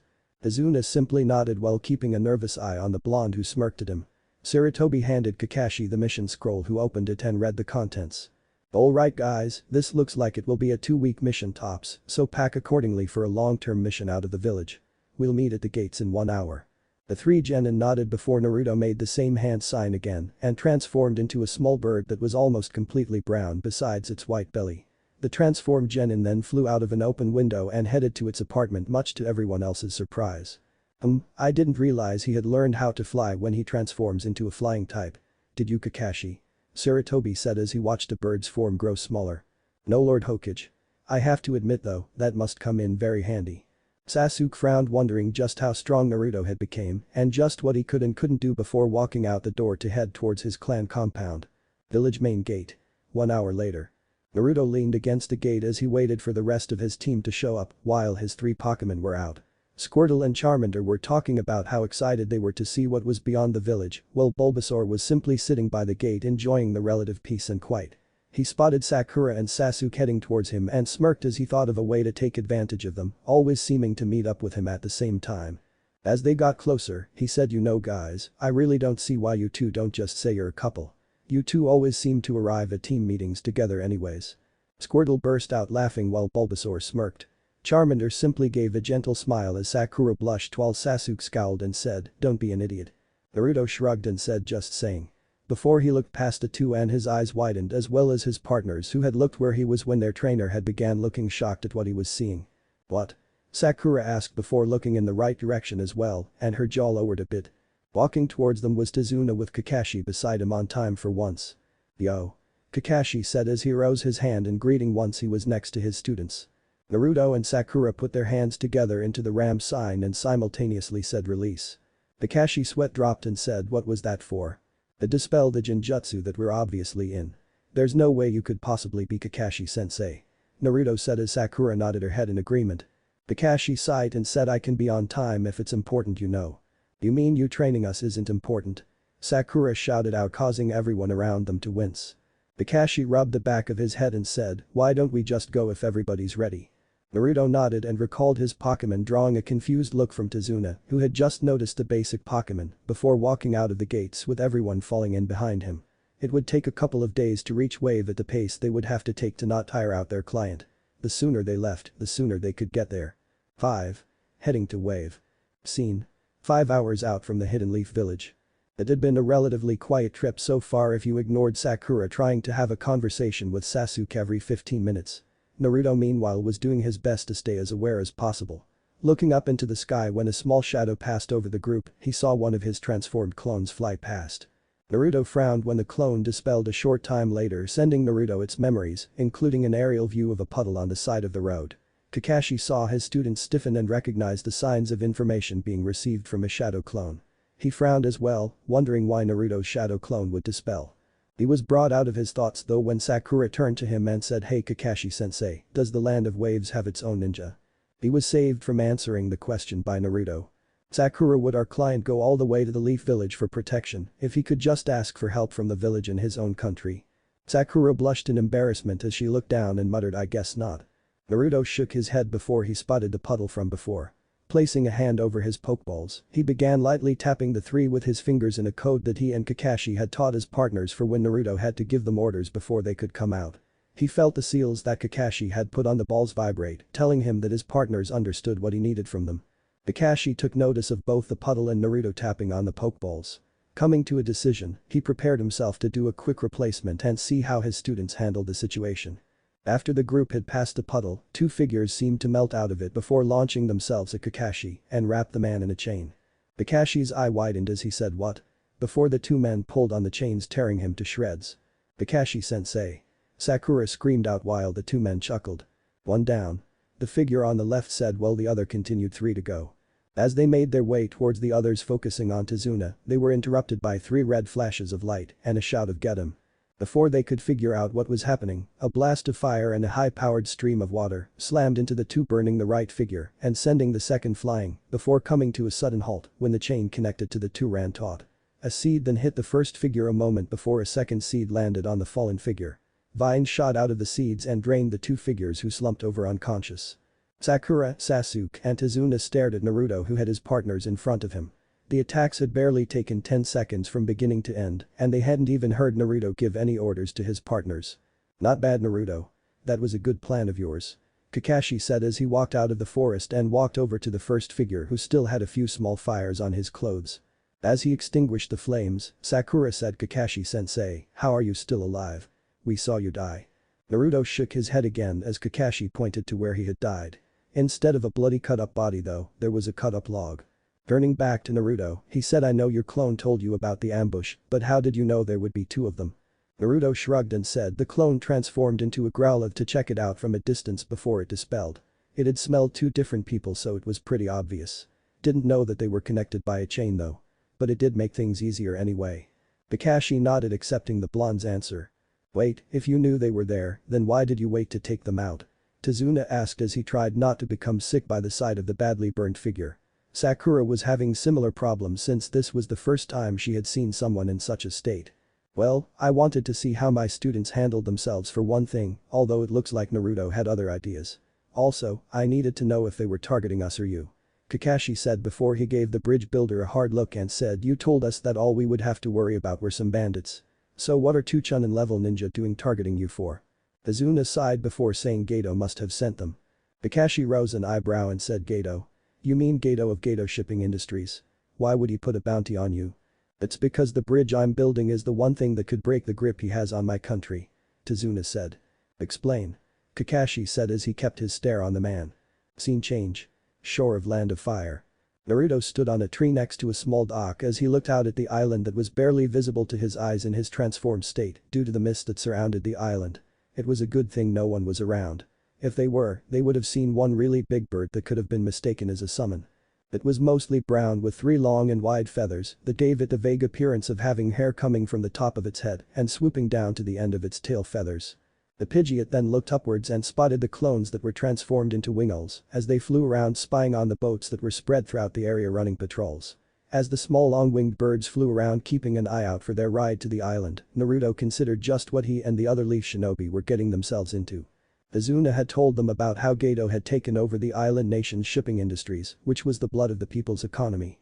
With a firm grip on those, Gato had been able to place himself as a tyrant over the people, taxing them into such a level of poverty that Naruto doubted he could really believe until he saw it for himself. Tazuna's bridge would open up a trade route to the Land of Fire that would effectively shatter Gato's hold on their country. Which would explain why Gato wanted the man dead as soon as possible. Naruto shook his head from those thoughts when one of his clones dispelled in the cover of a passing cloud. Their ride was on its way. Naruto turned around on the branch he was perched on before opening his wings and flying a short distance into the forest where the others were waiting. Landing in front of the small group, Naruto dropped his transformation and said, "The boat should be here in about 30 minutes. Kakashi nodded and said, "Do you think the patrol boats will be any trouble?" Naruto shook his head and said, "Not with how small our own boat is. The patrols seem to be more for stopping any of the boats that you could actually smuggle more than just a few people over with. We just need to time it right. Worst comes to worst and we do get spotted, I can send some exploding clones underwater and sink him." Kakashi frowned and said, "Let's try to avoid sinking any of them. It would defeat the purpose of sneaking in if we draw attention to ourselves." Naruto shrugged and said, "You're the alpha." 30 minutes later, the group met up with one of Tazuna's friends who was one of the few people who still had a boat and brave enough to actually use it. 5 minutes after that, Tazuna and the team was in the boat with Squirtle swimming beside the boat on one side and a clone transformed into a Swampert on the other. Overhead, an exploding shadow clone transformed into a Firo flew at a height that you would have to use a couple of sensory enhancement ninjutsu to see. Since they were expecting a jounin to be around somewhere, Kakashi had asked Naruto if any of the Pokemon he could turn into could be hidden real well and be used for a sneak attack. Because they had some walking to do after they got off the boat, Naruto decided to go with a flying type, and Firo in his opinion was the best choice by far. Firo's had the best eyesight of any flying type and could stay up in the air for a long time without flapping its wings. It may not have been a peregrine falcon in a dive, but it would still work best for what they needed. I always thought of Firo's as the Pokemon World's U2 spy planes. A giant shape soon appeared surprising Kakashi, Sakura and Sasuke at the size of the bridge. Naruto's jaw dropped as he looked at it. His clones had showed him an aerial view of the bridge, but it didn't do it an ounce of the justice that being right next to it on the water did. Naruto whistled lowly under his breath and said, "Damn. My clones had showed me an aerial view, but this is so much more impressive up close." Izuna had a proud smirk on his face as he said, "Thanks kid. This here is my super masterpiece. I have never built anything as super as this, and I doubt I will again for a long time if ever." Squirtle looked at the bridge making its eyes widen and turned to Naruto and said something that caused Naruto to chuckle. Seeing the confused looks on everyone else's faces, he said Squirtle says that he thinks a Groudon could walk on it and still have space on either side. He's wrong of course, but it's still impressive. Squirtle rolled his eyes in a whatever motion and took one last look at the bridge before focusing in front of him. Seeing them become even more confused, Naruto slipped Dex out and flipped it open and muted the speaker before searching through the index. When he came to the right entry, he flipped it around and everyone leaned in to see a picture of a truly colossal-sized Pokemon that had red armor plates over its brown body with yellow eyes and black spikes. The group then spotted the height and weight stats and Kakashi's eye widened. The thing was bigger than a boss summon. Turning to his student, he said, "Naruto, can you turn into this yet?" Sasuke and Sakura studied him intently with Sasuke ready to go into full mode brooding if the dead last could turn into something so big. Luckily for all the non-emo people though, Naruto shook his head as he closed the Pokédex and said not yet. It takes a ton of chakra to transform into anything that size. I mean I probably could, but as I am now I would most likely knock myself out in the process. Kakashi nodded and relaxed a bit.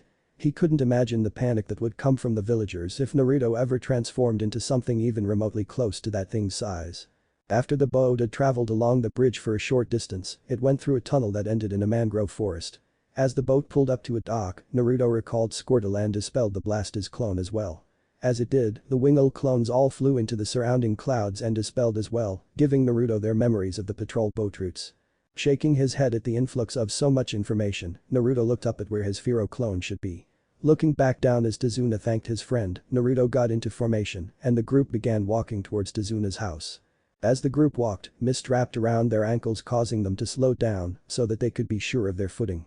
15 minutes later, the mist began picking up even more before the group heard an explosion up ahead and saw a light red glow that died down almost instantly. Naruto frowned as he picked up the memories from his Firo clone. It showed it taking a dive when it spotted someone and exploding right on top of a figure with a really big sword just as it jumped out of the way. Turning to Kakashi he said, "Tall man with black hair and a really large sword. I think he was able to get away." Kakashi frowned as well and said, "Everyone be on guard." Sasuke and Sakura each expanded their senses as Tazuna tensed even further than he already was. Naruto made a couple of clones who transformed into a couple of purple snakes with yellow bands. As the Iken's clones made their way through the forest, Naruto looked towards Kakashi who nodded in approval. Looking back forward, Naruto stood up a bit straighter and mentally prepared himself for anything. The man that the Firo clone had attacked had been a real giant and looked extremely strong as well. 10 minutes later, the situation was really getting to Sakura and Sasuke, who were constantly trying to look around without seeming to. Tazuna was even worse, visibly sweating as the anticipation was killing him. Naruto was nervous as well, but at least he had a way of knowing where the man was beforehand. All of a sudden, one of his clones dispelled causing Naruto's eyes to widen. "Everyone down." Naruto yelled as he dove forward followed by the others as Kakashi grabbed Sakura and Sasuke dragged Tazuna with him just before a large spinning blur went over them and slammed into a tree, revealing it to be a sword. The group looked up when a figure landed on the sword. It was a tall man with black hair and beady gray eyes wearing blue pants and arm warmers that were in a cowhide pattern.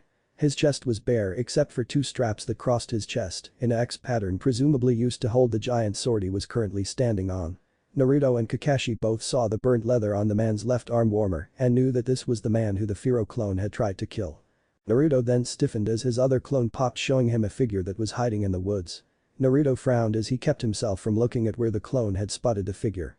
Why was a hunter nin from the mist simply standing in a tree while a mist ninja who was obviously a missing nin, if the scratched headband was any indication, was in front of them? Well. Kakashi Haddock, the copy nin. This is an honor. Now I know why the demon brothers failed and where that exploding shadow clone came from.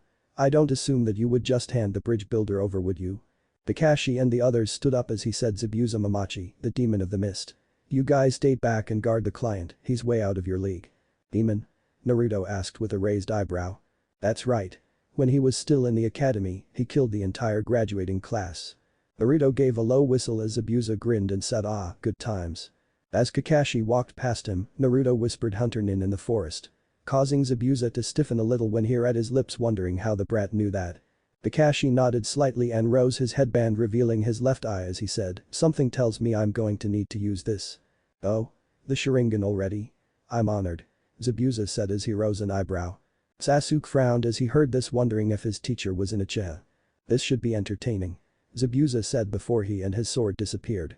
As they looked around trying to spot the man, Sakura shouted out, he's on the water. Everyone looked there to see the man doing a weird hand sign before the mist began thickening until no one could see more than a foot in front of them, causing the three genin to close up their formation even more. Naruto frowned before making a hand sign of his own. Sasuke and Sakura both stiffened at the sound of Naruto transforming but relaxed when they saw that it was their teammate. Naruto closed his eyes and used his new psychic senses to locate everyone. As he did, he sensed killing intent twice as bad as any the villagers ever sent his way and heard from the mist there are 8 targets. Throat, spinal column, lungs, liver, the jugular vein, the subclavian artery, kidney, heart. So many choices, which vital target should I go for first? What's he doing? Sakura asked in a hoarse whisper. Trying to unnerve us. And doing a good job, I might add. The transformed Naruto said calmly as he locked onto the source of the voice before frowning as he sensed another figure appear right by the first that didn't feel human. On his other side, Sasuke was struggling to breathe as their teacher matched the mist nin's killing intent with his own. Reaching into his kunai pouch, he shakily brought a kunai up to his own throat, ready to escape the sensation of pure fear he was experiencing. Sasuke, calm down. I won't let any of my comrades die. Kakashi said before he pulsed out his chakra, dispersing the mist a bit as Sasuke relaxed. Naruto sensed the second figure move quickly from its spot before hearing too late. As Kakashi swore to himself and rushed to his students, Naruto's eyes snapped open and he spun, slashing the figure in half with the blades that were part of his arms that began at his fingers and ended a good foot past his elbows. The figure that looked like Zabuza looked at him in surprise for a moment before smirking and dispersing into water. What on earth is that? Zabuza asked, stopping his own charge at Kakashi in surprise as he saw for the first time what Naruto had transformed into.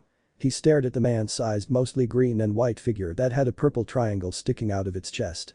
Naruto turned back towards where Zabuza was as Kakashi skid to a halt next to him and smirked as he said, a Galade. A psychic-type Pokemon that's not afraid to get close and personal with its opponents. There's no way you can sneak up on us again. Not bad, Naruto. Kakashi said over his shoulder as he walked towards Zabuza and took out a kunai. The two jounin then disappeared in blurs of speed as the genin and Tazuna heard the clanging sounds of metal on metal. After a while, Zabuza was able to kick Kakashi into the lake. As he surfaced, Kakashi thought this water is heavier than it should be. That means. Too late. Zabuza growled out as he appeared behind Kakashi, already doing hand signs. Water style. Water prison jutsu. As Kakashi became trapped in a sphere of water, Zabuza gave a dark chuckle and said, now to deal with those brats of yours. As a couple of water clones formed and began walking towards them, Kakashi shouted out, run. Take the client and get out of here. He can't leave from this spot and his clones can only travel a short distance away from the original. Naruto sighed as the clones made landfall and said, Kakashi-sensei, do you really have such little faith in us? Before Kakashi could say anything, Naruto was covered in smoke before a blue, yellow, and red blur shot out of the cloud through the two clones who dispersed into water before it dived into the lake. What the? Zabuza said before a large figure burst out of the water underneath him and nearly ripped off his arm and its large jaw as he jumped away to avoid it. As Zabuza's hand left the sphere, it burst apart, leaving a soaking wet Kakashi who looked at the top of the head that was now poking out of the water near him and staring intently at Zabuza. From what little he could see, Naruto had turned into some kind of alligator. Back on shore, Sakura looked on in amazement while Sasuke frowned in anger and thought the dead last keeps getting stronger. How? I'm the one who needs that kind of strength, not some clan-less nobody. Back with Kakashi and Naruto, the two were staring at Zabuza who was fuming as well. As he looked at the blue creature that had a red mohawk-looking piece of skin on its head, he said, "Now what did the brat turn into?" The head snorted before Kakashi said, "Naruto, head back to shore. I'll handle this." The head snorted again before turning towards land. When it reached the shore, everyone got a good look at what Naruto had turned into. It looked like a large blue alligator with a yellow stomach and lower jaw that stood on its hind legs, which were larger around than its arms, showing that while it could move fast on all fours, it was mostly a bipedal creature. There were some bumps on its skin, making it look like it had pockets on its legs and arms, as well as a large jaw that looked like it could tear through even steel with ease. As it stood up, water dripped off of it, leaving it almost completely dry. The feraligator gave one last look at Zabuza before it dropped its transformation, revealing Naruto as he walked back to his teammates. "Now then, Zabuza," Kakashi said as he readied himself, "let's try this again. Oh, and by the way, that trick won't work on me a second time." Zabuza fed before the two began an ninjutsu battle. But as Kakashi kept copying each of his jutsu, he became more and more frustrated. "You damn monkey. Stop," Zabuza started. "Copying me?" Kakashi finished, frustrating Zabuza even further. Growling, Zabuza made even more hand signs before stopping for a split second in the middle when he saw a shadow of himself behind his opponent. "What?" Zabuza asked with wide eyes before he heard water style. "Water vortex jutsu." As the funnel of water blasted Zabuza towards shore, he thought, he finished before me, how? As Zabuza crashed into the trees, a pair of kunai dug into his arms, pinning to it and made him grunt in pain. Looking up at Kakashi, who appeared in a tree branch beside him, he said, Can you see the future?" "Why, yes," Kakashi said as he held up a kunai, "and yours is death." Two senbon needles suddenly embedded themselves into the missing nin's neck, causing him to slump over farther. "About time," Naruto thought as he spotted the hunter nin on a branch of his own on the opposite side of the now dead body. Kakashi jumped down and checked for a pulse before looking at the figure. "He can't be any older than my students, and yet he's already a hunter nin. Impressive." As the hunter dropped down, he bowed and said, "Thank you for your help. I doubt I could have taken him by myself. Now if you will excuse me, I have to properly dispose the body." Kakashi nodded and the figure placed a hand on the body before making a one-handed hand sign and disappeared in a whirlwind of leaves. As the hunter nin left, Kakashi placed his headband back over his left eye and sighed before collapsing. "Kakashi-sensei." Sakura shouted out as everyone rushed over to him. Naruto checked his pulse and sighed in relief when he felt one before saying he's alright, just exhausted. The others nodded as Naruto placed his teacher on his back and gestured for Tazuna to lead the way. As Tazuna led them to his house, Sakura looked at Naruto and said, "Naruto, what was that last Pokemon you turned into? It seemed to be a lot faster than something that size should have been." Naruto chuckled and said, "It wasn't much faster than a normal crocodile or alligator, Sakura. People just don't realize how fast they can really be since they're usually pretty lazy. But to answer your question, it was a feraligator." Sakura nodded while Sasuke's frown lessened the barest hint since Naruto had told them before that when transformed, he could only go as fast as the Pokemon could normally. "I will find out how you can turn into those creatures dead last. And when I do, I will finally be able to kill him." 6. Poke Bridge Builders Incorporated. At your service. Scene. Tazuna's house. Second floor. Naruto and his partners all watched the still form of Kakashi as he slept off the effects of overusing his transplanted Sharingan. Downstairs, Sakura was doing whatever she could to help the bridge builder's daughter, Tsunami, around the house, while Sasuke merely sat out of the way brooding. Naruto sighed lightly to himself, catching his partner's attention. "I can't stop thinking that something isn't right here," Naruto thought before glancing at his partners. Frowning, he thought, "Why do I feel like something big is going to happen?" Naruto studied his partners for a moment and then said, "Guys, I think that we're going to have a fight on our hands soon, a big one. I also think we're going to need as much firepower for this one as possible. It's been just over a month now since I found you guys. Do you guys think you're ready to go to the next level soon?" The three Pokemon traded glances as they considered the question before turning back to their trainer, and as one nodded. Naruto nodded as well and said, "Then I guess tomorrow we'll start on getting you three ready to evolve." The groan brought their attention back to Kakashi, who was slowly lifting himself into a sitting position. "How are you feeling, Kakashi-sensei?" Naruto asked, prompting the man to slowly turn his head and tiredly study his student. "Like I ran 5 marathons against Guy," Kakashi said as he rubbed a hand against his face. Naruto rose an eyebrow and said, "Well, at least we took care of Zabuza. Although something's been bugging me ever since that fight. It's driving me crazy, to be honest." Kakashi sighed and said, "I think I know what it is that's bothering you.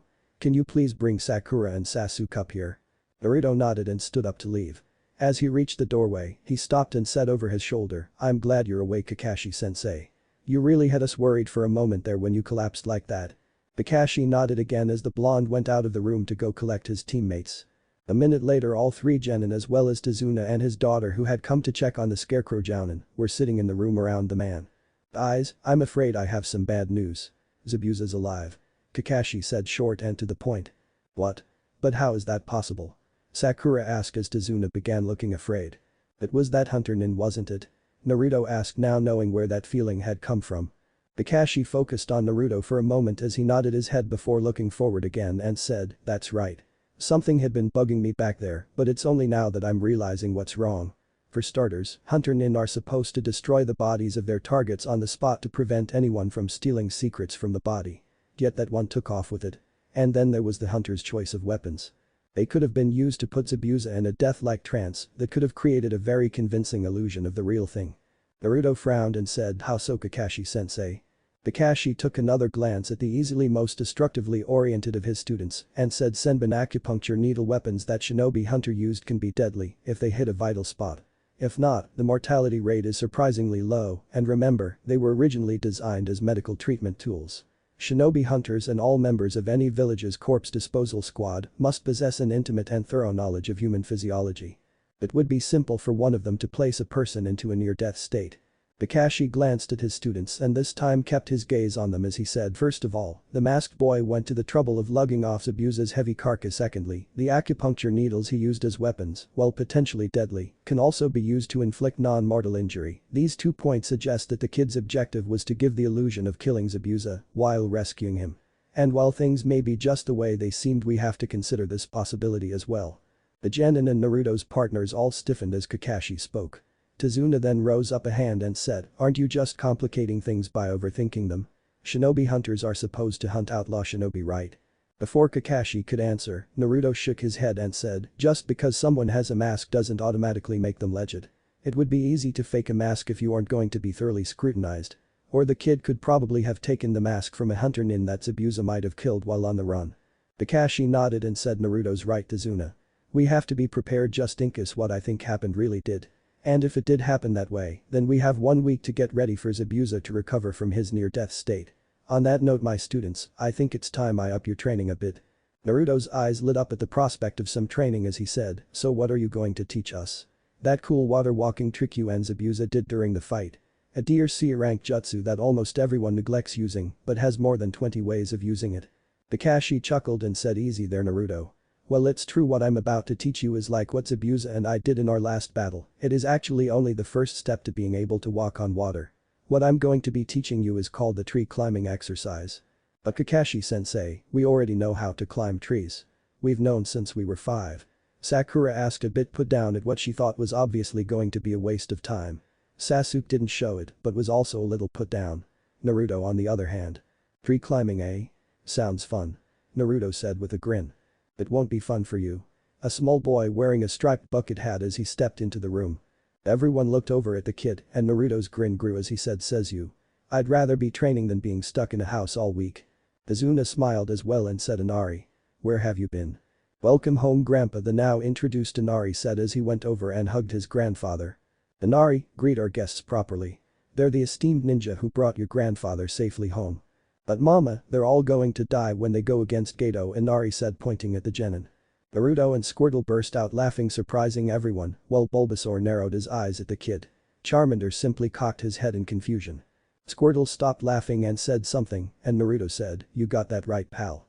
Seeing the kid glaring at him while everyone else stared in confusion, Naruto said, Squirtle says that if we've managed to get this far then it will take a lot more than some midget who pays others to do his dirty work to bring us down. Inari glared and said, you're wrong. No matter what you do, you'll just die out here. He then turned and rushed out of the room. Inari. Tsunami cried out and was about to go after him before Tazuna placed a hand on her shoulder and shook his head as she turned to him. Let him be. The bridge builder said softly. Kakashi slowly stood up and grabbed the crutches that Tsunami had put by his bed and said, let's go. The sooner we get started, the sooner we can finish. Scene change, forest 15 minutes from Tazuna's house. Kakashi stood in front of his genin team as he explained what they had to do. Resting up against a tree was Naruto's partners as they waited for Naruto to learn what he needed to before creating a clone to do the tree climbing training so that they could work on achieving evolution somewhere else. Alright, listen up. This won't be any ordinary tree climbing. You're not allowed to use your hands. Naruto grinned and said sounds pretty challenging. But how? Sakura asked as she and Sasuke looked at Kakashi like he was insane. Watch and learn. Kakashi said as he made the ram hand sign for a moment before turning around and began walking up the tree. Whoa. That's so cool. Naruto said with stars in his eyes as he began thinking of all the pranks he could pull with that skill. As Kakashi stepped onto the bottom of a branch and let out a small breath at the exertion the task put on his still recovering body, he said, "That's it, in a nutshell. Focus all of the energy of your chakra toward the soles of your feet and use that power to cling to the trunk. When you have full mastery over your own chakras, this is the kind of thing you can accomplish." "But, Master Kakashi, how will learning to climb trees this way make us any stronger?" Sakura asked. "Isn't it obvious, Sakura?" Naruto asked, drawing everyone's attention to him as he walked over to a tree and placed his hand on it. Turning back to Sakura, he said, "Doing this exercise will teach us how to properly monitor how we use our chakra. Once we know how to properly put enough chakra into our jutsu, we can use it more efficiently."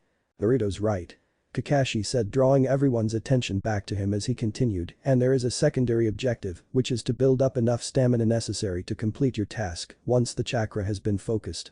If you think this looks hard, it's even more difficult to maintain your chakra when using ninjutsu. In battle, circumstances are constantly changing, and a true shinobi has to be able to manipulate and maintain his chakras on the fly if he ever hopes to prevail. The time you need to just stand around trying to summon and control your own powers is a luxury you won't have. So while climbing those trees, you'll also be mastering skills that will probably save your lives." Kakashi then pulled out 3 kunai from his pocket and said, "Now, no more talk. It's time for action. The only way to learn is by doing. And Naruto, I want you to try this at least once by yourself before you make a clone to do it for you. I want to see how high you yourself can go on your first try." Naruto nodded and walked back to where his teammates were as Kakashi tossed the 3 kunai to the ground in front of his students and said, "Use the kunai blades to score the bark at the highest point you can climb to. It will serve as a reminder for later. Your goal is to make a mark on a higher spot each time you climb. Don't worry, I don't expect any of you to reach the treetop on your first try. A running start will probably give enough momentum for a good first effort." The genin bent down and picked up their kunai before facing a tree and made the ram hand sign as they concentrated. As he did, Naruto focused on the feeling of firmness that he had felt when he had his hand on the tree. Unknown to the others, Naruto had actually stuck his hand against the tree, testing it out a little before rejoining his teammates. The 3 genin opened their eyes and took off at the trees. As soon as they reached the base of the trees, Naruto focused completely on the task as he began climbing.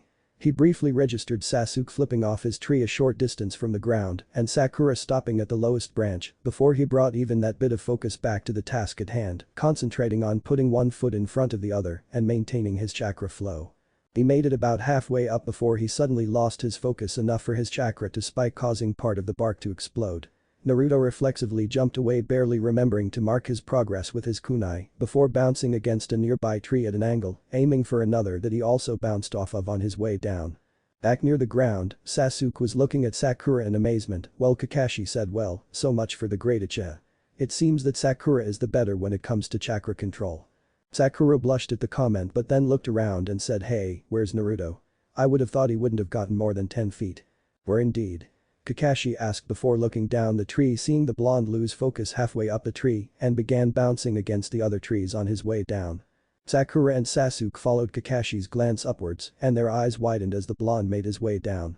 As he reached the level that Sakura was, Naruto grabbed a branch and used his momentum to swing around it once before letting go and flew towards his partners in an arc before backflipping and landing in a crouch next to them. Squirtle and Charmander were cheering their trainer on, while Bulbasaur smirked at him as he gave a short bow and said, "Thank you ladies and gents." Not bad, Naruto. You made it halfway up on your first try." Kakashi said, honestly impressed even though he knew that Naruto had worked his clones' butts off on chakra control exercises when he first learned the Shadow Clone Jutsu to get his chakra control closer to his classmates' levels. Sasuke glared at the blonde as he turned around and nodded to Kakashi and said, "Thanks, Kakashi-sensei. Do you mind if I make a clone and then go somewhere else to train my partners? I need to get them ready for evolution, and the sooner we get started, the better." Kakashi nodded and said, "Sure, Naruto. Just don't stay out too late." Naruto nodded again and quickly making a clone and handed it his kunai before gesturing to his partners and began heading deeper into the forest to hopefully find a clearing they could use. And if not, then it would be even more training for he and his partners to make one. Who knows, maybe Naruto could even finally figure out a way for him to use a Pokemon's attacks while transformed as they trained. Luckily, they found a clearing that was only about a half hour from where the other two genin and his clone were learning how to tree walk. Turning to his partners after he studied the area, he said, "This will do. I'm going to create some clones for you to fight. We'll start off with you guys working as a team for a while and then move on to battles where you will be fighting each other and me in either one-on-ones or two-on-ones. In the meantime, I'll have a few other clones working on learning how to perform attacks. Sound good?" The three Pokemon nodded as the clones appeared filling the clearing. 10 of them took off into the forest to find more secluded areas, while the rest split into groups waiting for the Pokemon to make the first move. Bulbasaur was the first to oblige as he took off running while launching barrages of razor leaves at each of the groups with Charmander and Squirtle on his heels, launching their own ranged attacks as they moved to get in closer to use their close-range attacks, while the clones tried to keep them away with the training kunai that they always used for practice. Naruto watched his partners and clones do battle for a moment as he leaned against a nearby tree before looking up at it. Grinning, Naruto took out a kunai and put it in his mouth as he took a few steps away from it. Naruto was then covered in smoke before a Cornito shot out with the kunai still in its mouth and began rapidly running up the tree. As the small gray and blue dinosaur-like creature continued up the tree, Naruto thought, let's see how high I can get when transformed. Scene change. To Zuna's house. Zuna's family and Team 7 minus Naruto's partners were sitting at the table eating dinner. Tsunami looked worried as she said, "Kakashi, shouldn't one of us go out to find your other student?" Kakashi shook his head and said, "Nah, Naruto will be back soon." Right on cue, the door to the house opened and then closed as Naruto and two clones came in carrying Naruto's partners who were asleep and looked like they had been through 3 separate wars in one day. "See?" Kakashi asked before turning around to face the lead blonde and said, "So how did training go?" Naruto grinned and said, "Pretty good if I do say so myself. They just need another day, 2 at most before they're ready, and I've almost figured out how Pokemon do their attacks as well." "I see. That's good to hear," Kakashi said as he did his best not to think about the mayhem Naruto could unleash if he succeeded in learning how to perform Pokemon attacks while he was still in a phase where he would rather play a prank on someone to get revenge than work things out with the person. Naruto nodded and set Bulbasaur down on the floor as his hand became coated in a soft glow of bluish-green chakra before placing it along his partner's body, slowly healing the small bruises and cuts. On either side of him, his clones were doing the same with the other two. A minute later, the 3 Pokemon were healed and Naruto unsealed 3 apples for his partners from the storage scroll that he always kept on hand for them as his clones dispelled. Setting the apples down in front of them for when they woke up, Naruto then stood and took his own place at the table and began eating, not even caring that the food was a bit cold. As he took a bite out of his meal, Sakura frowned and said, "Hey Naruto." Naruto hummed before swallowing and said, "What is it, Sakura? How do you do that? You said it's not medical jutsu, but you use it to heal your partners.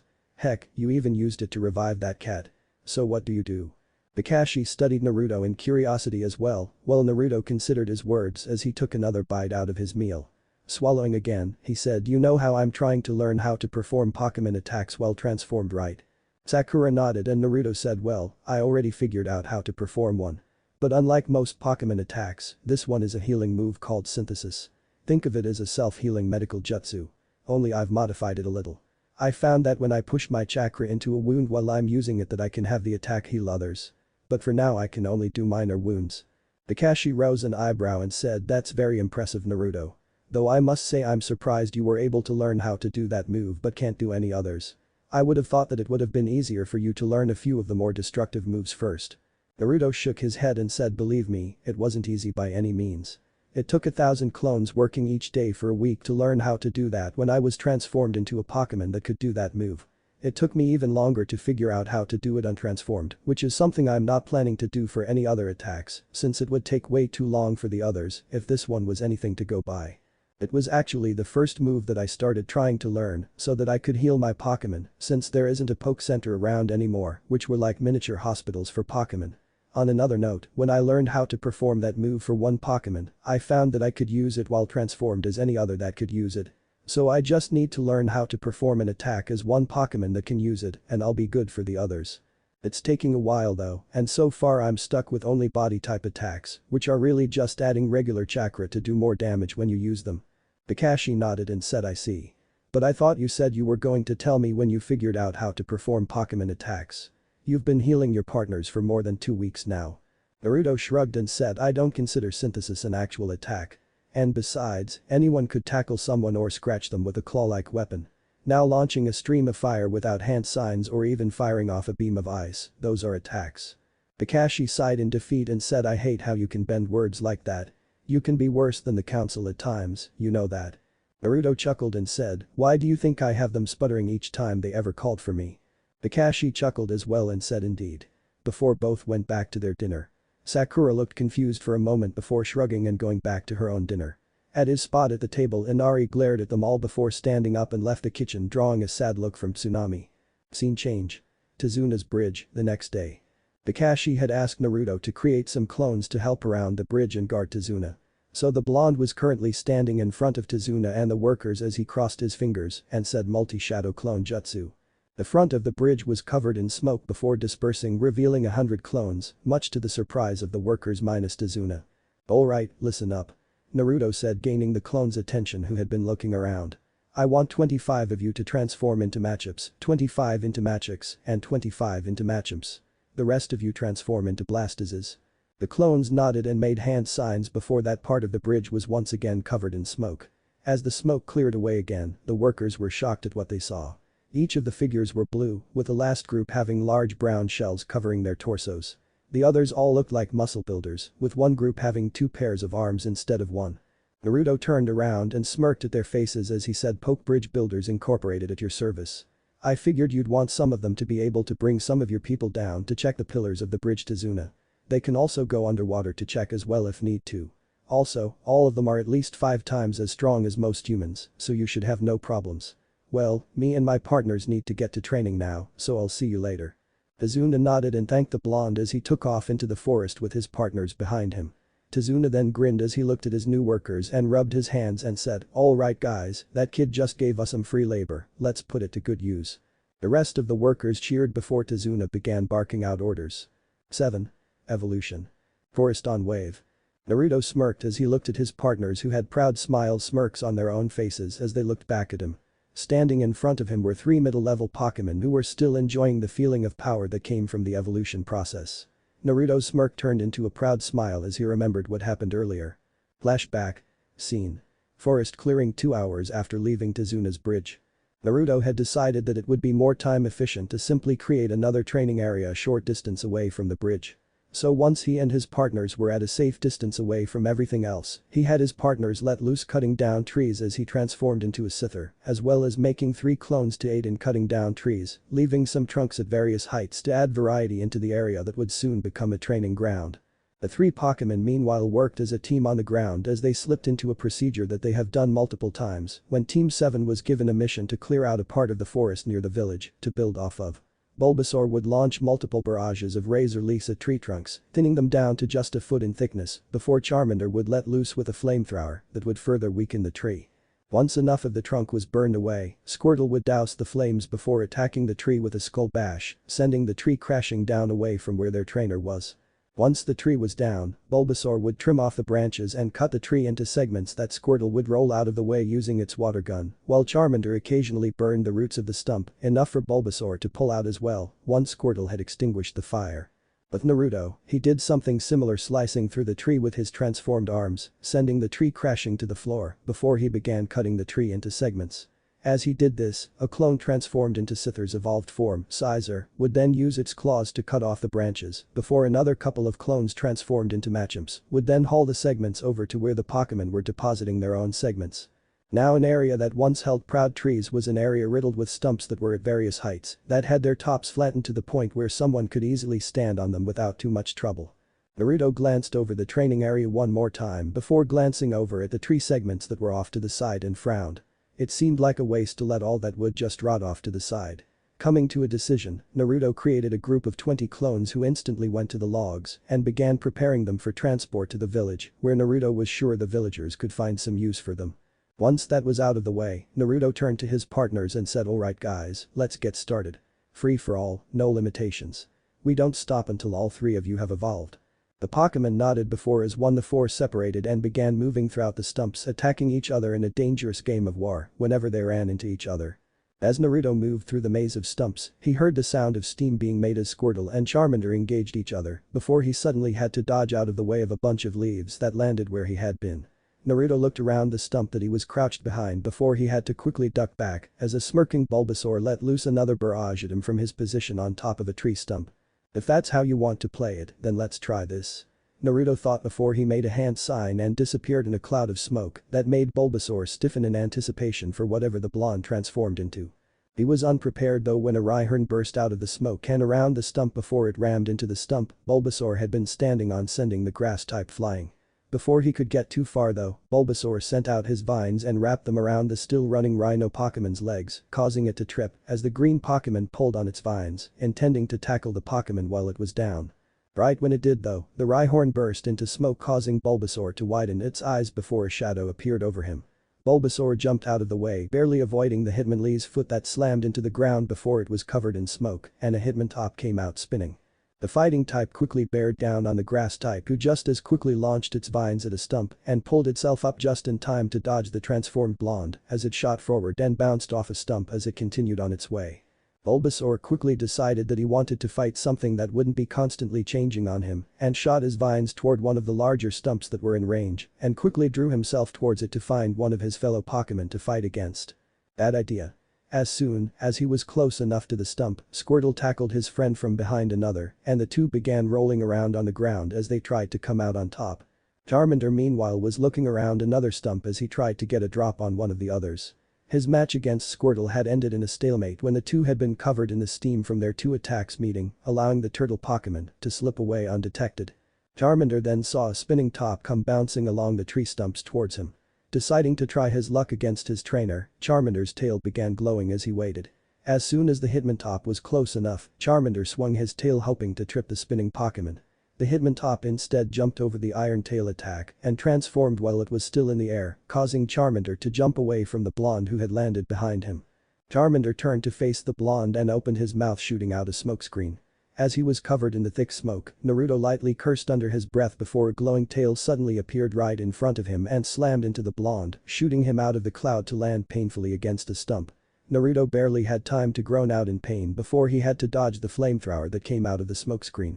As the smokescreen dissipated, Charmander looked around trying to find his trainer. A large smoke cloud appeared on top of a stump behind him, drawing his attention as it dispersed revealing a grinning Charizard, causing Charmander's eyes to widen. The transformed blonde gave off a roar before opening his wings and rushed toward the fire type, who quickly made his tail glow and spun to slam it into the flying lizard, who pivoted with its own tail glowing blue from the chakra running through it. The two tails slammed into each other, pushing the two combatants away with uneven forces. Charmander slid on the ground before stopping as Naruto flew through the air backwards before hitting a stump. As the transformed blonde slumped down, he dropped the transformation with a pained grunt.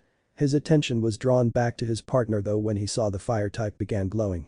Charmander's form then began to shift into a larger one with the head angling back into some kind of horn. As the glow died down revealing Charmander's evolved form, Dex's muffled voice sounded from Naruto's vest pocket as its sensors picked up the evolution. Charmeleon. Flame-type Pokémon. In the Rocky Mountains where Charmeleon live, their fiery tails shine at night like stars. Naruto smirked and said booyah baby. The newly evolved Charmeleon opened his eyes and studied his form for a moment before he glanced up at Naruto when he shifted into a standing position. Nice job pal. Naruto said with a smile before his face took on a worried expression as the fire type suddenly grinned evilly at his trainer before he opened his mouth that began glowing. Naruto's eyes widened as he jumped away just as Charmeleon launched a fire blast at the shapeshifter. Holy shit. Naruto shouted out as the five-pronged attack blasted straight through the maze before detonating against a tree. Turning back to his partner he said now that's what I'm talking about. Charmeleon gave a proud smirk before turning his head in a seemingly random direction and motioned Naruto to follow him as he took off through the maze. As he followed his partner, Naruto frowned and thought why is he acting more like Squirtle? Did evolution really change more than his form and power levels?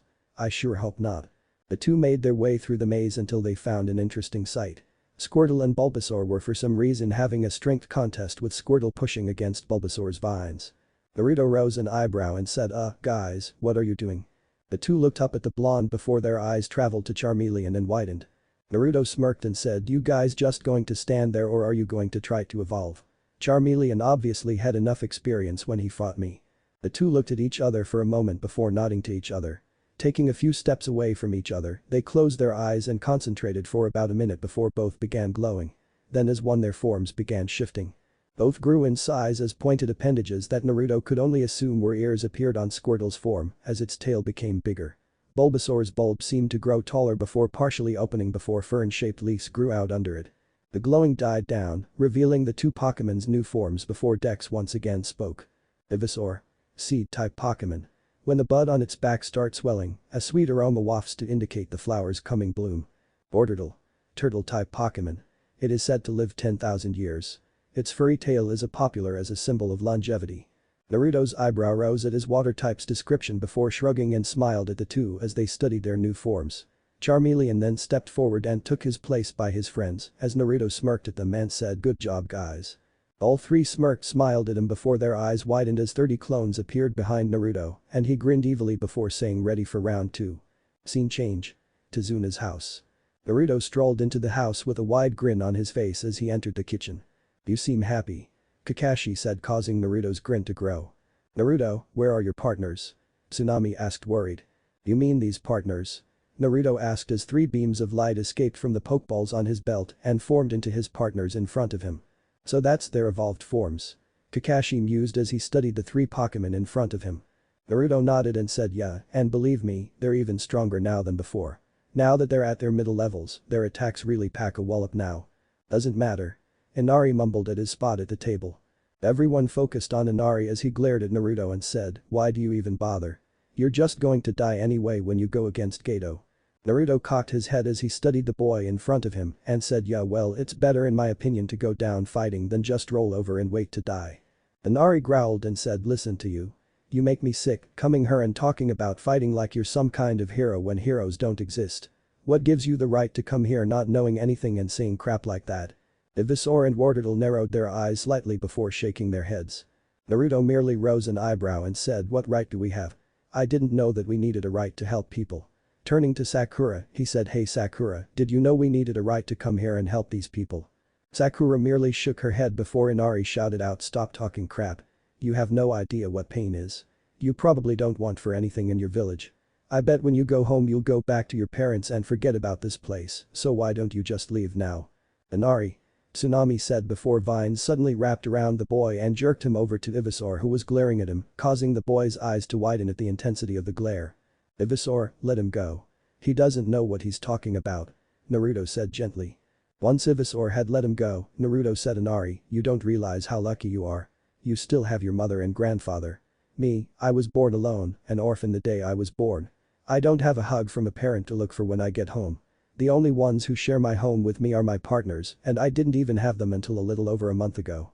Instead of moping around throwing yourself a pity party and telling everyone they're going to die, you should be trying to figure out what you can do to make everything better like your grandfather is.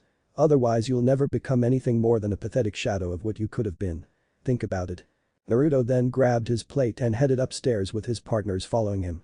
As soon as the door upstairs closed, Inari stood up and took off out of the house. Tsunami began to get up, but Kakashi beat her to it and said, "I'll talk to him." Kakashi found Inari sitting on the dock looking out over the water.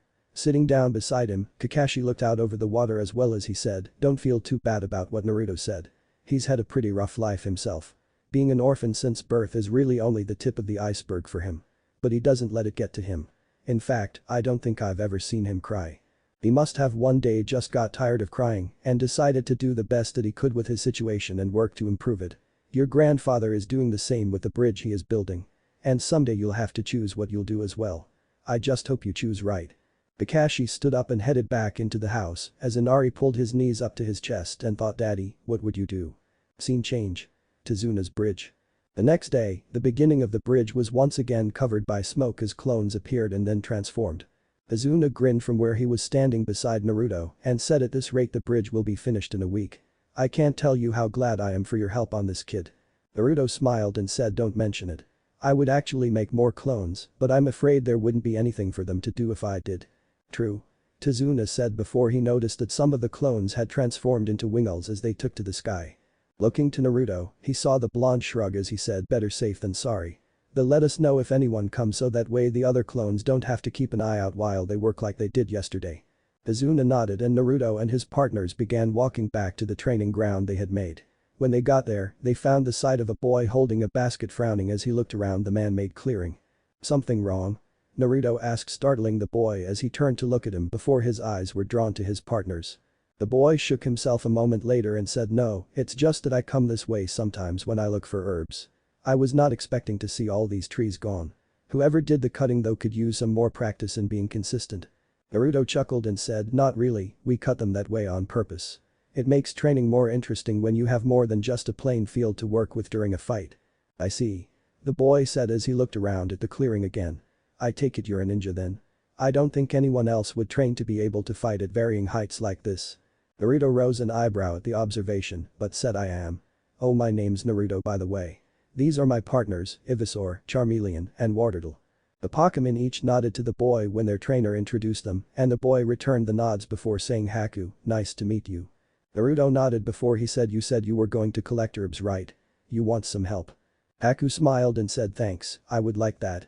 Haku led the four into a small clearing and showed Naruto what he needed.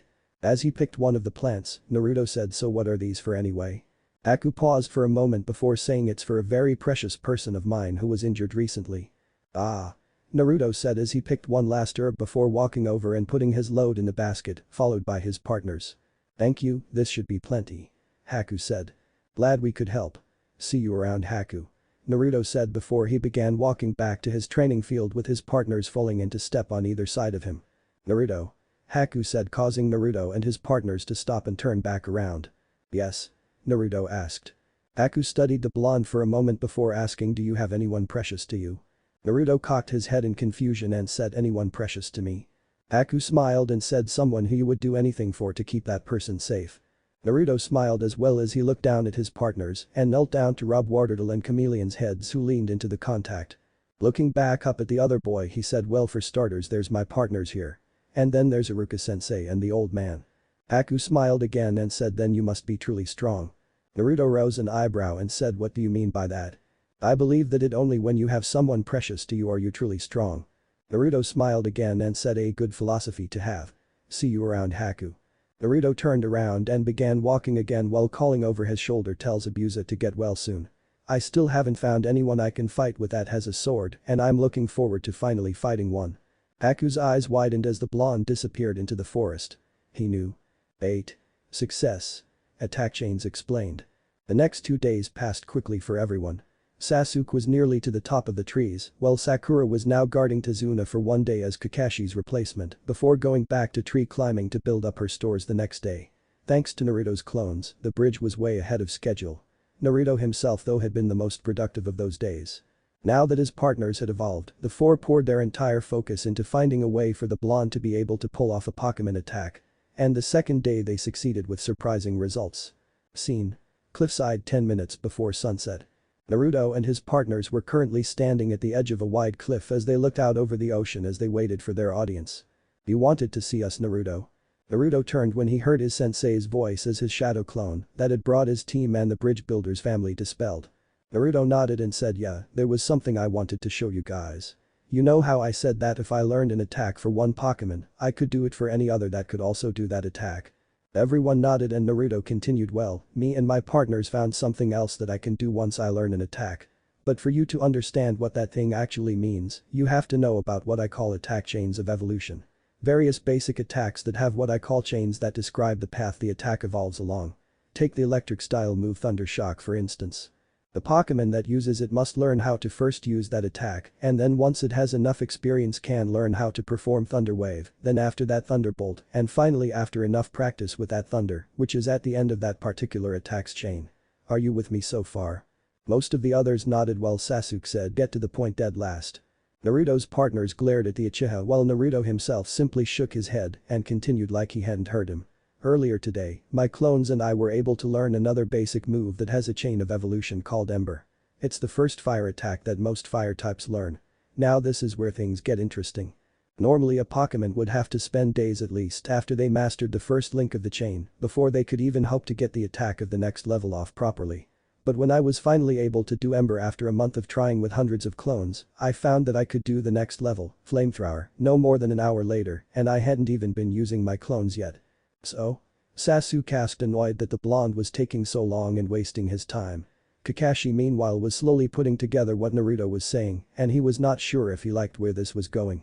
Naruto studiously ignored the emo again as he said, I had a theory about why I could learn how to perform a higher link faster than the first link, but I had to test it.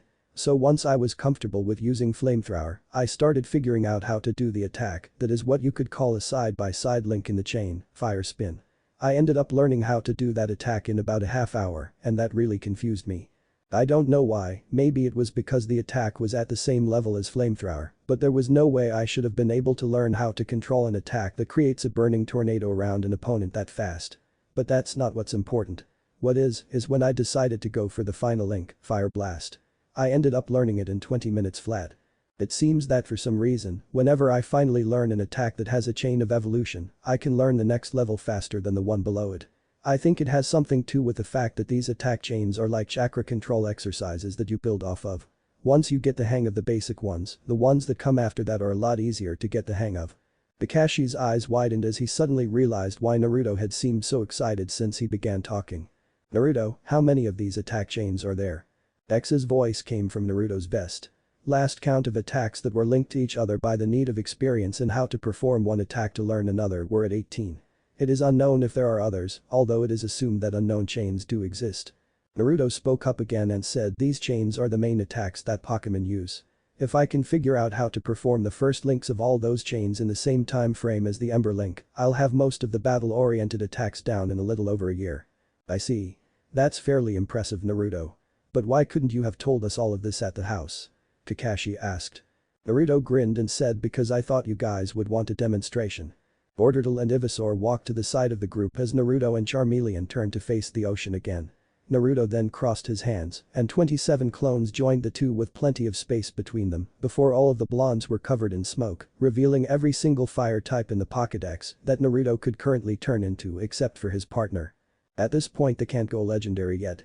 Also, for those wondering, I intend to see if I can work in the next generation of Pokémon from Black-White at some point in the future. I have to get the game first and play it a bit so I know what to put in. Most likely would be done during the time skip. The fire types then as one opened their mouths and shouted out Fire Blast. 5-pronged stars of fire shot out of Charmeleon and the transformed blonde's mouths and flew out in front of them for 100 yards before dissipating. I stand corrected. That's very impressive. Good job, Naruto. Kakashi said as the fire types turned around with proud smirks before the clones disappeared in poofs of smoke and the original dropped his transformation. Thanks, Kakashi-sense. I'm just glad I can finally do even one of a Pokemon's attacks. As the others began talking to the blonde about how impressed they were with what Naruto had did, Sasuke frowned in jealousy and began walking away. The dead last keeps getting stronger. I have to figure out how he does these things.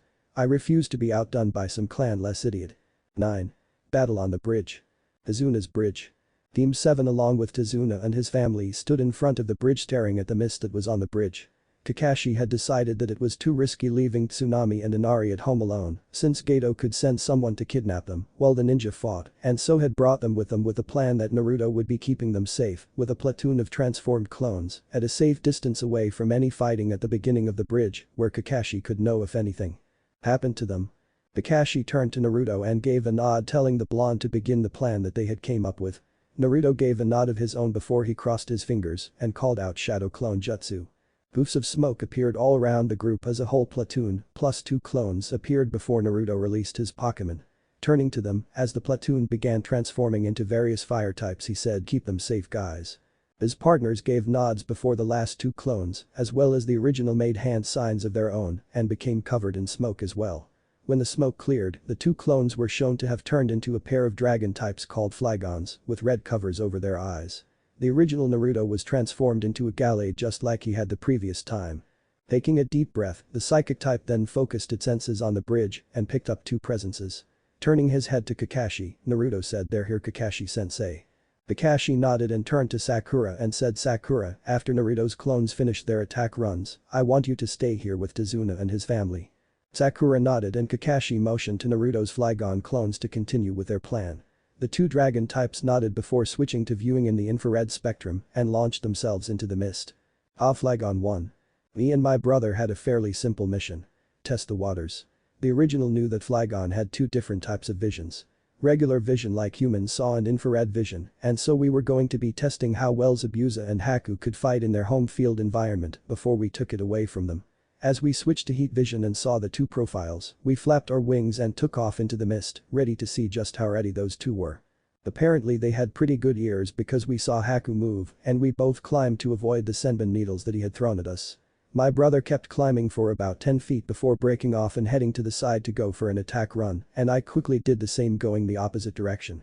We were able to coordinate our runs properly and both let out flamethrowers from opposing sides.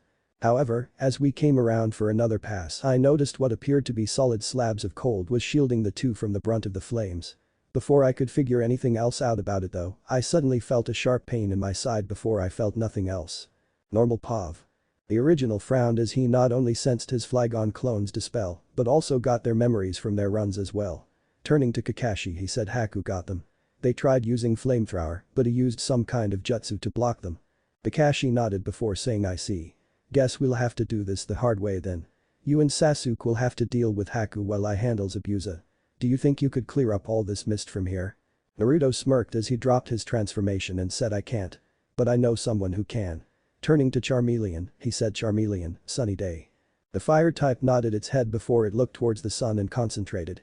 Nothing seemed to happen for a moment before the sun seemed to get brighter and the mist began to burn away, earning a raised eyebrow from Kakashi and astonished looks from everyone else but Sasuke, who was glaring at the Pokemon.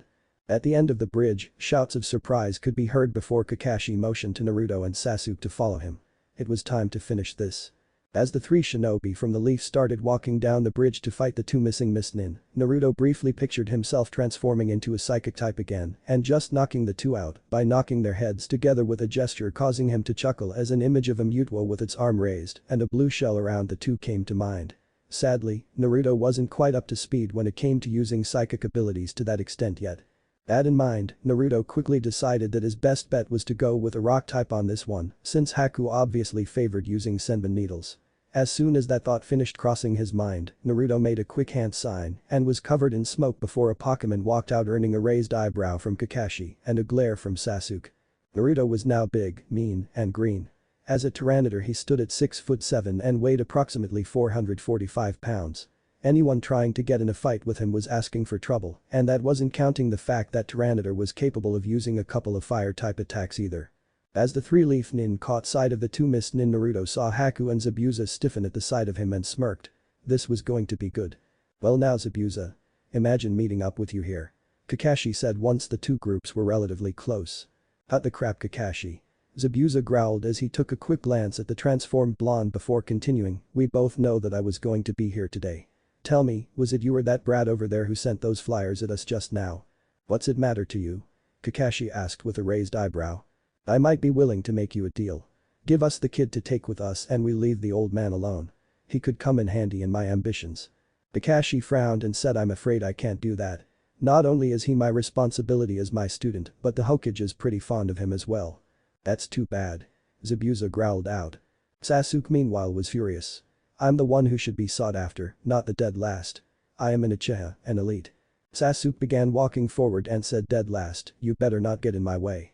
Everyone rose an eyebrow before Zabuza began chuckling and said so the brat believes he is a shinobi, eh? Haku, why don't you deal with him first? Very well Zabuza-sama. Haku said. Kakashi wasn't having any of that. Sasuke. Stick with the plan. The Uchiha turned from where he had been walking towards the fake hunter Nin and glared at his sensei and said screw you Kakashi. I'm going to prove why we Uchihas are the elites. Kakashi's eye narrowed, but before he could reprimand his student, said Emo turned back around and ran toward Haku, who did the same. Naruto was about to ask Kakashi if he should step in as well or let the prick be shown his place first when Zabuza began rushing towards the Jounin as well, trying to take his head off with his huge blade, and the two were off fighting as well. Naruto simply sighed and decided to wait and watch to step in if need be for either fight. Sasuke vs Haku. As the two boys rushed towards each other, Sasuke pulled out a kunai from his pouch while Haku pulled out a senbon needle and the two began swiping at each other rapidly for about a minute before locking blades in a contest of strength. As the two pieces of metal shook from the strain, Haku said with a smirk in his voice, you may be able to keep up with my speed for now, but I'm afraid that won't last for long. I had already set the stage for 2 attacks before we even begun. Sasuke's eyes narrowed and he said what the hell are you talking about? Haku's head jerked to 2 puddles of water that was nearby that was from his jutsu from the Flygon attack runs and said there is water lying around us and I already have one of your hands occupied preventing you from using jutsu. Raising his free hand into hand signs he continued, well I do not have that problem. Water style. 1,000 water needles of death.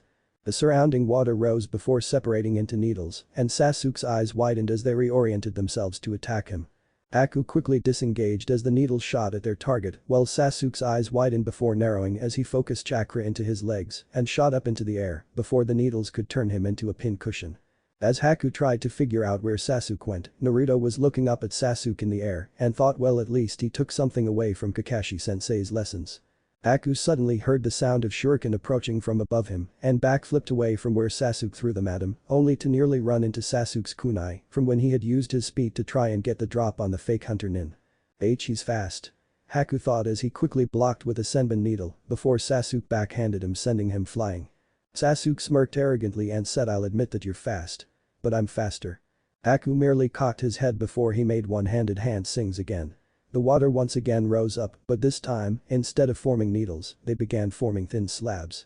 Where Naruto was standing a short distance away, his eyes widened as the infrared images of two cold rectangles that his Flygon clones had spotted suddenly made sense now.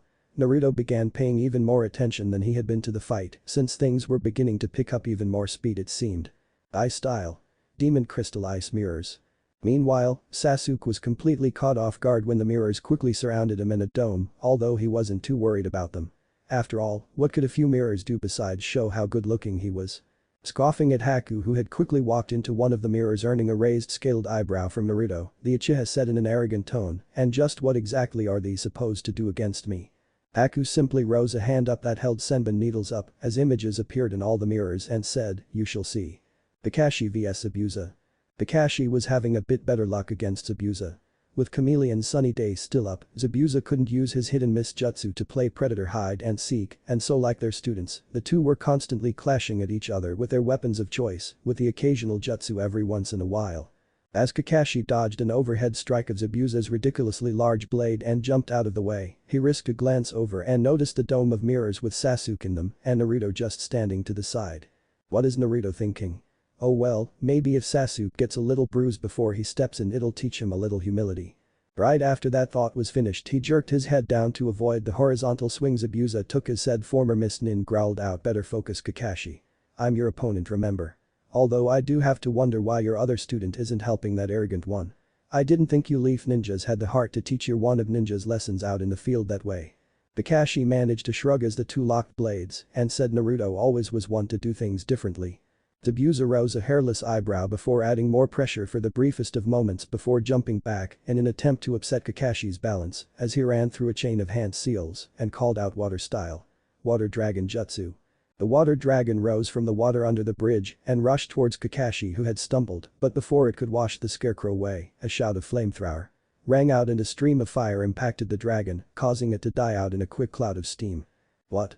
Zabuza shouted before turning to see the transformed blonde turning back from their battle with a shadow clone out that was already halfway to his sensei, who had obviously been the one to fire the attack. Once the clone reached Kakashi, it said you alright there Kakashi-sensei? Kakashi nodded and said yeah, thanks for the assist, although I would have probably been fine, still glad for it. Think you could turn into something that could move a little bit faster? The clone cocked its head and said sure thing. But should I focus on blades or fire attacks? Kakashi rose an eyebrow before he remembered the Gallade the original had turned into before and said, if you think you can handle a sword fight then go with blades. I don't want to have to be constantly hopping around flames if I can help it. The clone nodded and made a hand sign before being covered in smoke causing Zabuza to stiffen. However, while both Jounin were expecting to see the green, purple, and white colors of a Gallade, they were surprised to instead see the brown and white colors of a new rock-water hybrid that Naruto had never shown the others before. The Pokemon stood at a height of 4'3", with a broad arrow-shaped head and a white chest that gave the false impression that it was padded instead of firm. Its arms were weirdly shaped having no hands but looking like a pair of scythes. Its legs ended in two toes and reminded the two Jounin of a praying mantis's legs. What on earth is that? Zabuza asked as his eyes widened. The clone seemed to smirk before it said Kabutops. A water-rock hybrid-type shellfish Pokemon that went extinct way before the others did. The clone then blurred as it shot forward and Zabuza barely brought his decapitating blade up in time to block the clone's swing. Sparks flew as the blade from the sword clashed with the transformed clone's arm blade before the other clone's arm came in and nearly took Zabuza's head off before the man jumped away. As he did, the man began cursing under his breath. Things were beginning to look bad and the original still hadn't made any actual moves yet. And then Kakashi stepped in, making his problems even worse, with a low-powered Grand Water Dragon of all things slamming into the former Kiri Anbu while he was still in the air. As Zabuza slammed into the bridge, he was pushed along until he hit a pile of I-beams, while Kakashi kept chakra pouring into the technique to keep the man pinned down, in hopes to drown the man before, to his surprise, the clone jumped right up and into the rushing water and shot off towards their opponent. But Zabuza, he was trying to push himself into a position to get out of the torrent of water when he saw a figure coming at him through it at rapid speeds. Before Zabuza could do more than widen his eyes, the figure resolved into the kabutops and slammed its arms into Zabuza's shoulders, pinning the man to the I-beams and forcing the man to open his mouth in a scream of pain, letting out a gasp of air. Zabuza glared at the clone as he tried to lift his arm with his sword to swing at it. The clone noticed Zabuza's sword arm twitch and its eyes narrowed before it jerked its arms down, completely tearing apart the demon of the mist's lower shoulders.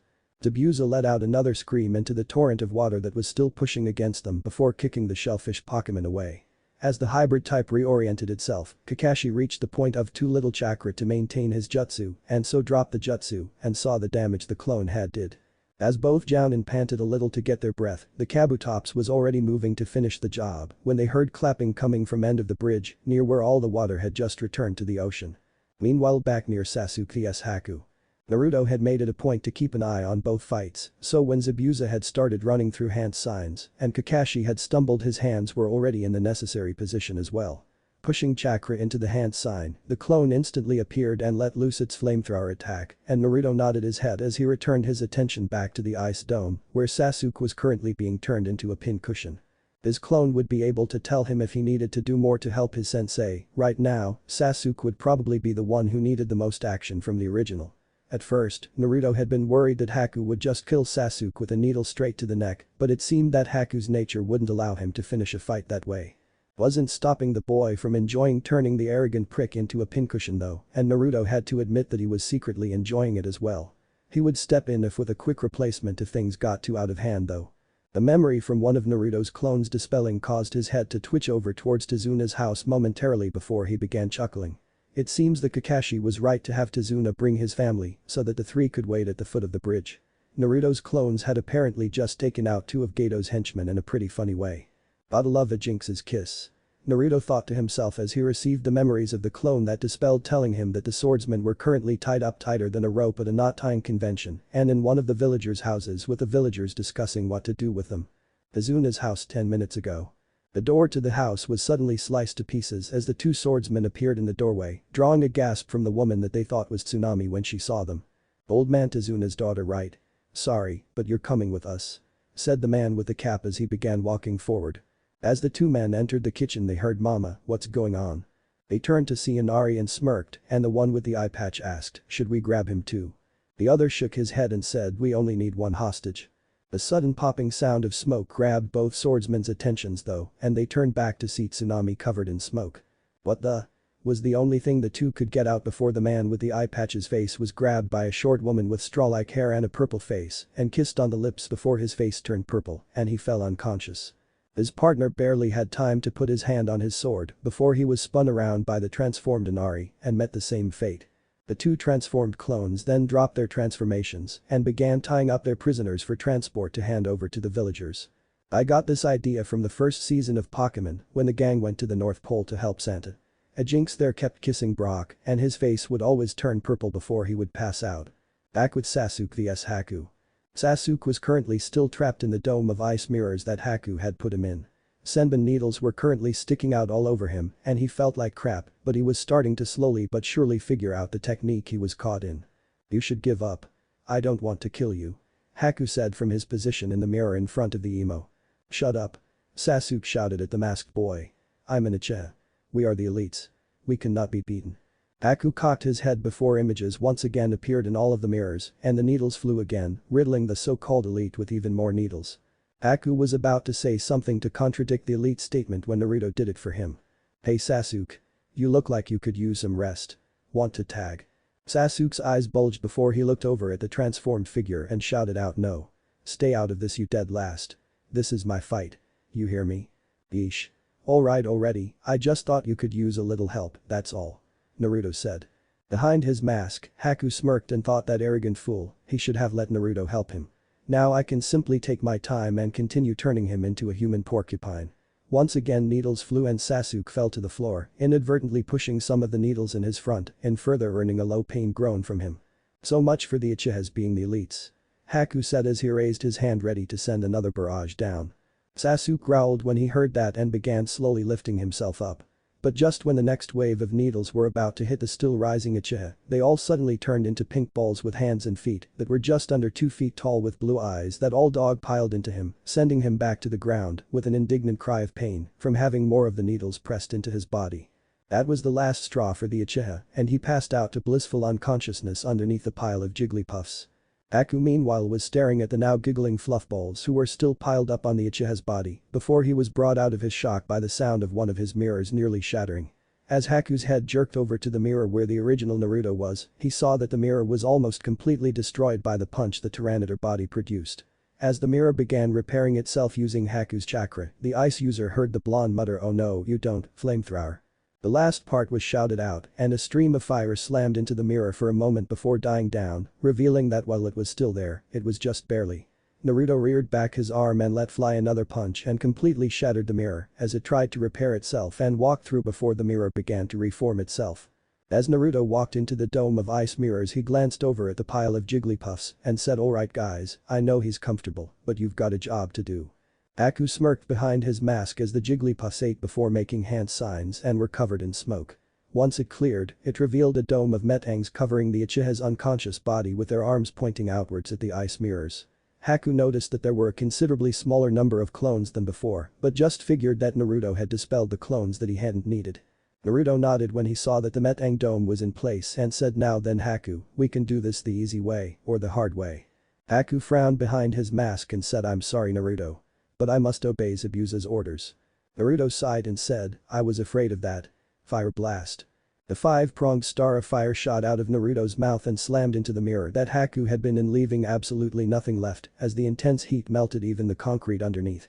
As the fire raged on, one of the other mirrors shimmered before water shot out and slammed into Naruto's side, earning a grunt from Naruto as the water shifted him a bit before he opened his mouth and let loose a flamethrower into the water stream, turning it into steam that quickly blew away. As Haku's image appeared in the rest of the mirrors that he still had while the other two began to reform, Naruto said, "Just give up Haku.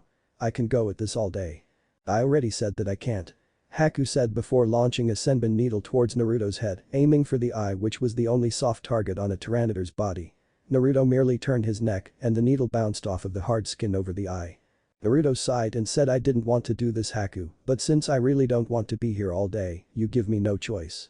Shadow Clone Jutsu. When the smoke cleared, Haku was looking at one Tyranitar for each of his mirrors, there was even one standing on the top of the metang dome. He was starting to get nervous when each of the large Pokemon rose their hands into hand signs and all called out transform. The clones and original were all covered in smoke, but before it could clear and reveal what he had turned into, Haku heard shouts come from each smoke cloud. Fire spin. Blasts of fire shot out of the smoke cloud before wrapping around the ice mirrors, turning into fire tornadoes that began melting them after a minute, with Haku trapped in one of the higher mirrors. Thinking quickly, he rushed out of the mirror and through the flames, hoping to be able to put out any fire that his clothes caught once he got through, only to be tackled by the original Naruto while he was in the air. As the two landed on the ground with Naruto on top of Haku keeping him down with his front paws, he was able to get a good look at what Naruto and his clones had turned into as they stopped their technique, leaving nothing but steam. Naruto was currently a 6'3" orange dog with black tiger stripes and burnt orange-white fur that covered his chest and most of his head, leaving only his eyes and ears orange. Tufts of fur behind his legs gave it the slight appearance of his legs being on fire, and his tail that was kept bent looked to be almost as long as his body. The Arcanine on top of him growled and said, "Enough Haku. I don't want to fight you either, so knock it off." Before the ice user could say anything though, they heard clapping coming from the uncompleted end of the bridge. Everyone on the bridge looked over towards the unfinished end of the bridge and saw a short man who had his arm in a cast clapping, while a large group of about 100 to 200 thugs stood behind him. The man stopped clapping and sneered at Zabuza and said, "Some demon of the mist, you turned out to be Zabuza. Couldn't even handle one Jounin and that creature of his. More like baby of the mist if you ask me." "Beidou? What is the meaning of this?" Zabuza asked as he stood up a little woozily from the blood dripping from both shoulders. Beidou smirked and said, "Isn't it obvious? I'm here to finish what you couldn't." Oh, and by the way, I never intended to pay you anyway. Why pay so much for a missing nin when you can just hire a bunch of thugs to kill them after the job is done for a fraction of the price? Still, even they aren't the cheapest, so do kill a few before going down, won't you? Turning to where the Arcanine pack was, Gato said, hey pooches. Go ahead and eat that brat. It'd be good payback for breaking my arm. The original carefully got off Haku as he said, I've got a better idea, how about I just eat you instead? Gato's eyes widened as the original began walking towards him, but one of the Arcanine clones said, better not, boss. Who knows where that guy's been? I say we just roast them. The other Arcanine all nodded and the original said, very well, but first, Kabutops. Tell the others to launch a strike at the end of the bridge to cut them off and then to bring Tazuna and his family here. I think he will want to see this. The Kabutops clone nodded before being dispelled, while Gato and his thugs were wondering just what the pack leader was talking about while getting nervous. Kakashi in the meantime was wondering if Naruto was actually planning on going through with his plan. He got his answer as two Charizards flew overhead before launching flamethrowers behind the thugs, earning shots of terror from them before the two large lizards came around and landed next to the Arcanine pack that had spread out, forming a line between the thugs and everyone else. As they landed, Gato tried to make a bid for his life and said, listen, what would it take for you to let me go? Money, women? I could give you land or power. The original growled and said, you have nothing that I could possibly want, Gato. You have done your absolute best to destroy this country to satisfy your own greed, and now it's time for you to pay the price. Kakashi stepped up to the line and said, Naruto, don't do this. Let them face justice instead. Don't lower yourself to his level. The original looked over his shoulder to his sensei and said, this would be justice, Kakashi-sensei. But I'll let Tazuna have final say. In fact, here he comes now. Kakashi nodded and stepped back and looked as the rest of the platoon of clones came with Tazuna and his family as well as Sakura, riding the larger fire types. As they dismounted, Sakura began looking around frantically and said, where's Sasuke? The original glanced over at the Metang Dome and said, oh right, forgot about him. Alright guys, you can get off him now. I don't think Haku's going to be sticking him with any more needles anymore. Glancing over to the ice user, he said low enough for Sakura not to hear shame. Haku chuckled as the Metangs all floated out of their position before taking up positions above the fire line, where the platoon and Naruto's partners had joined the line and transformed into Flygons and began flying in place. Sakura meanwhile took one look at Sasuke's condition and screamed out, Sasuke. Before looking to Haku and shouted out, what did you do to him? Haku shrugged and said, we were fighting at the time, what did you expect would happen? Meanwhile, as this was going on, Kakashi was explaining what was going on to Tazuna, asking him what he wanted done with Gato and the thugs. So what do you want to do with them, Tazuna? Their fate is in your hands now. Kakashi said. Tazuna gained a hard look as he stared at the man and Gato in particular, who was looking extremely nervous, and said, I would like nothing better than for them to suffer. But that would make me no better than them. We'll put them on trial and make sure they see justice. Kakashi nodded and was about to give Naruto orders, but Naruto showed that he didn't need them. Turning to Ivysaur, the original said, Ivysaur, make them go to sleep for a while.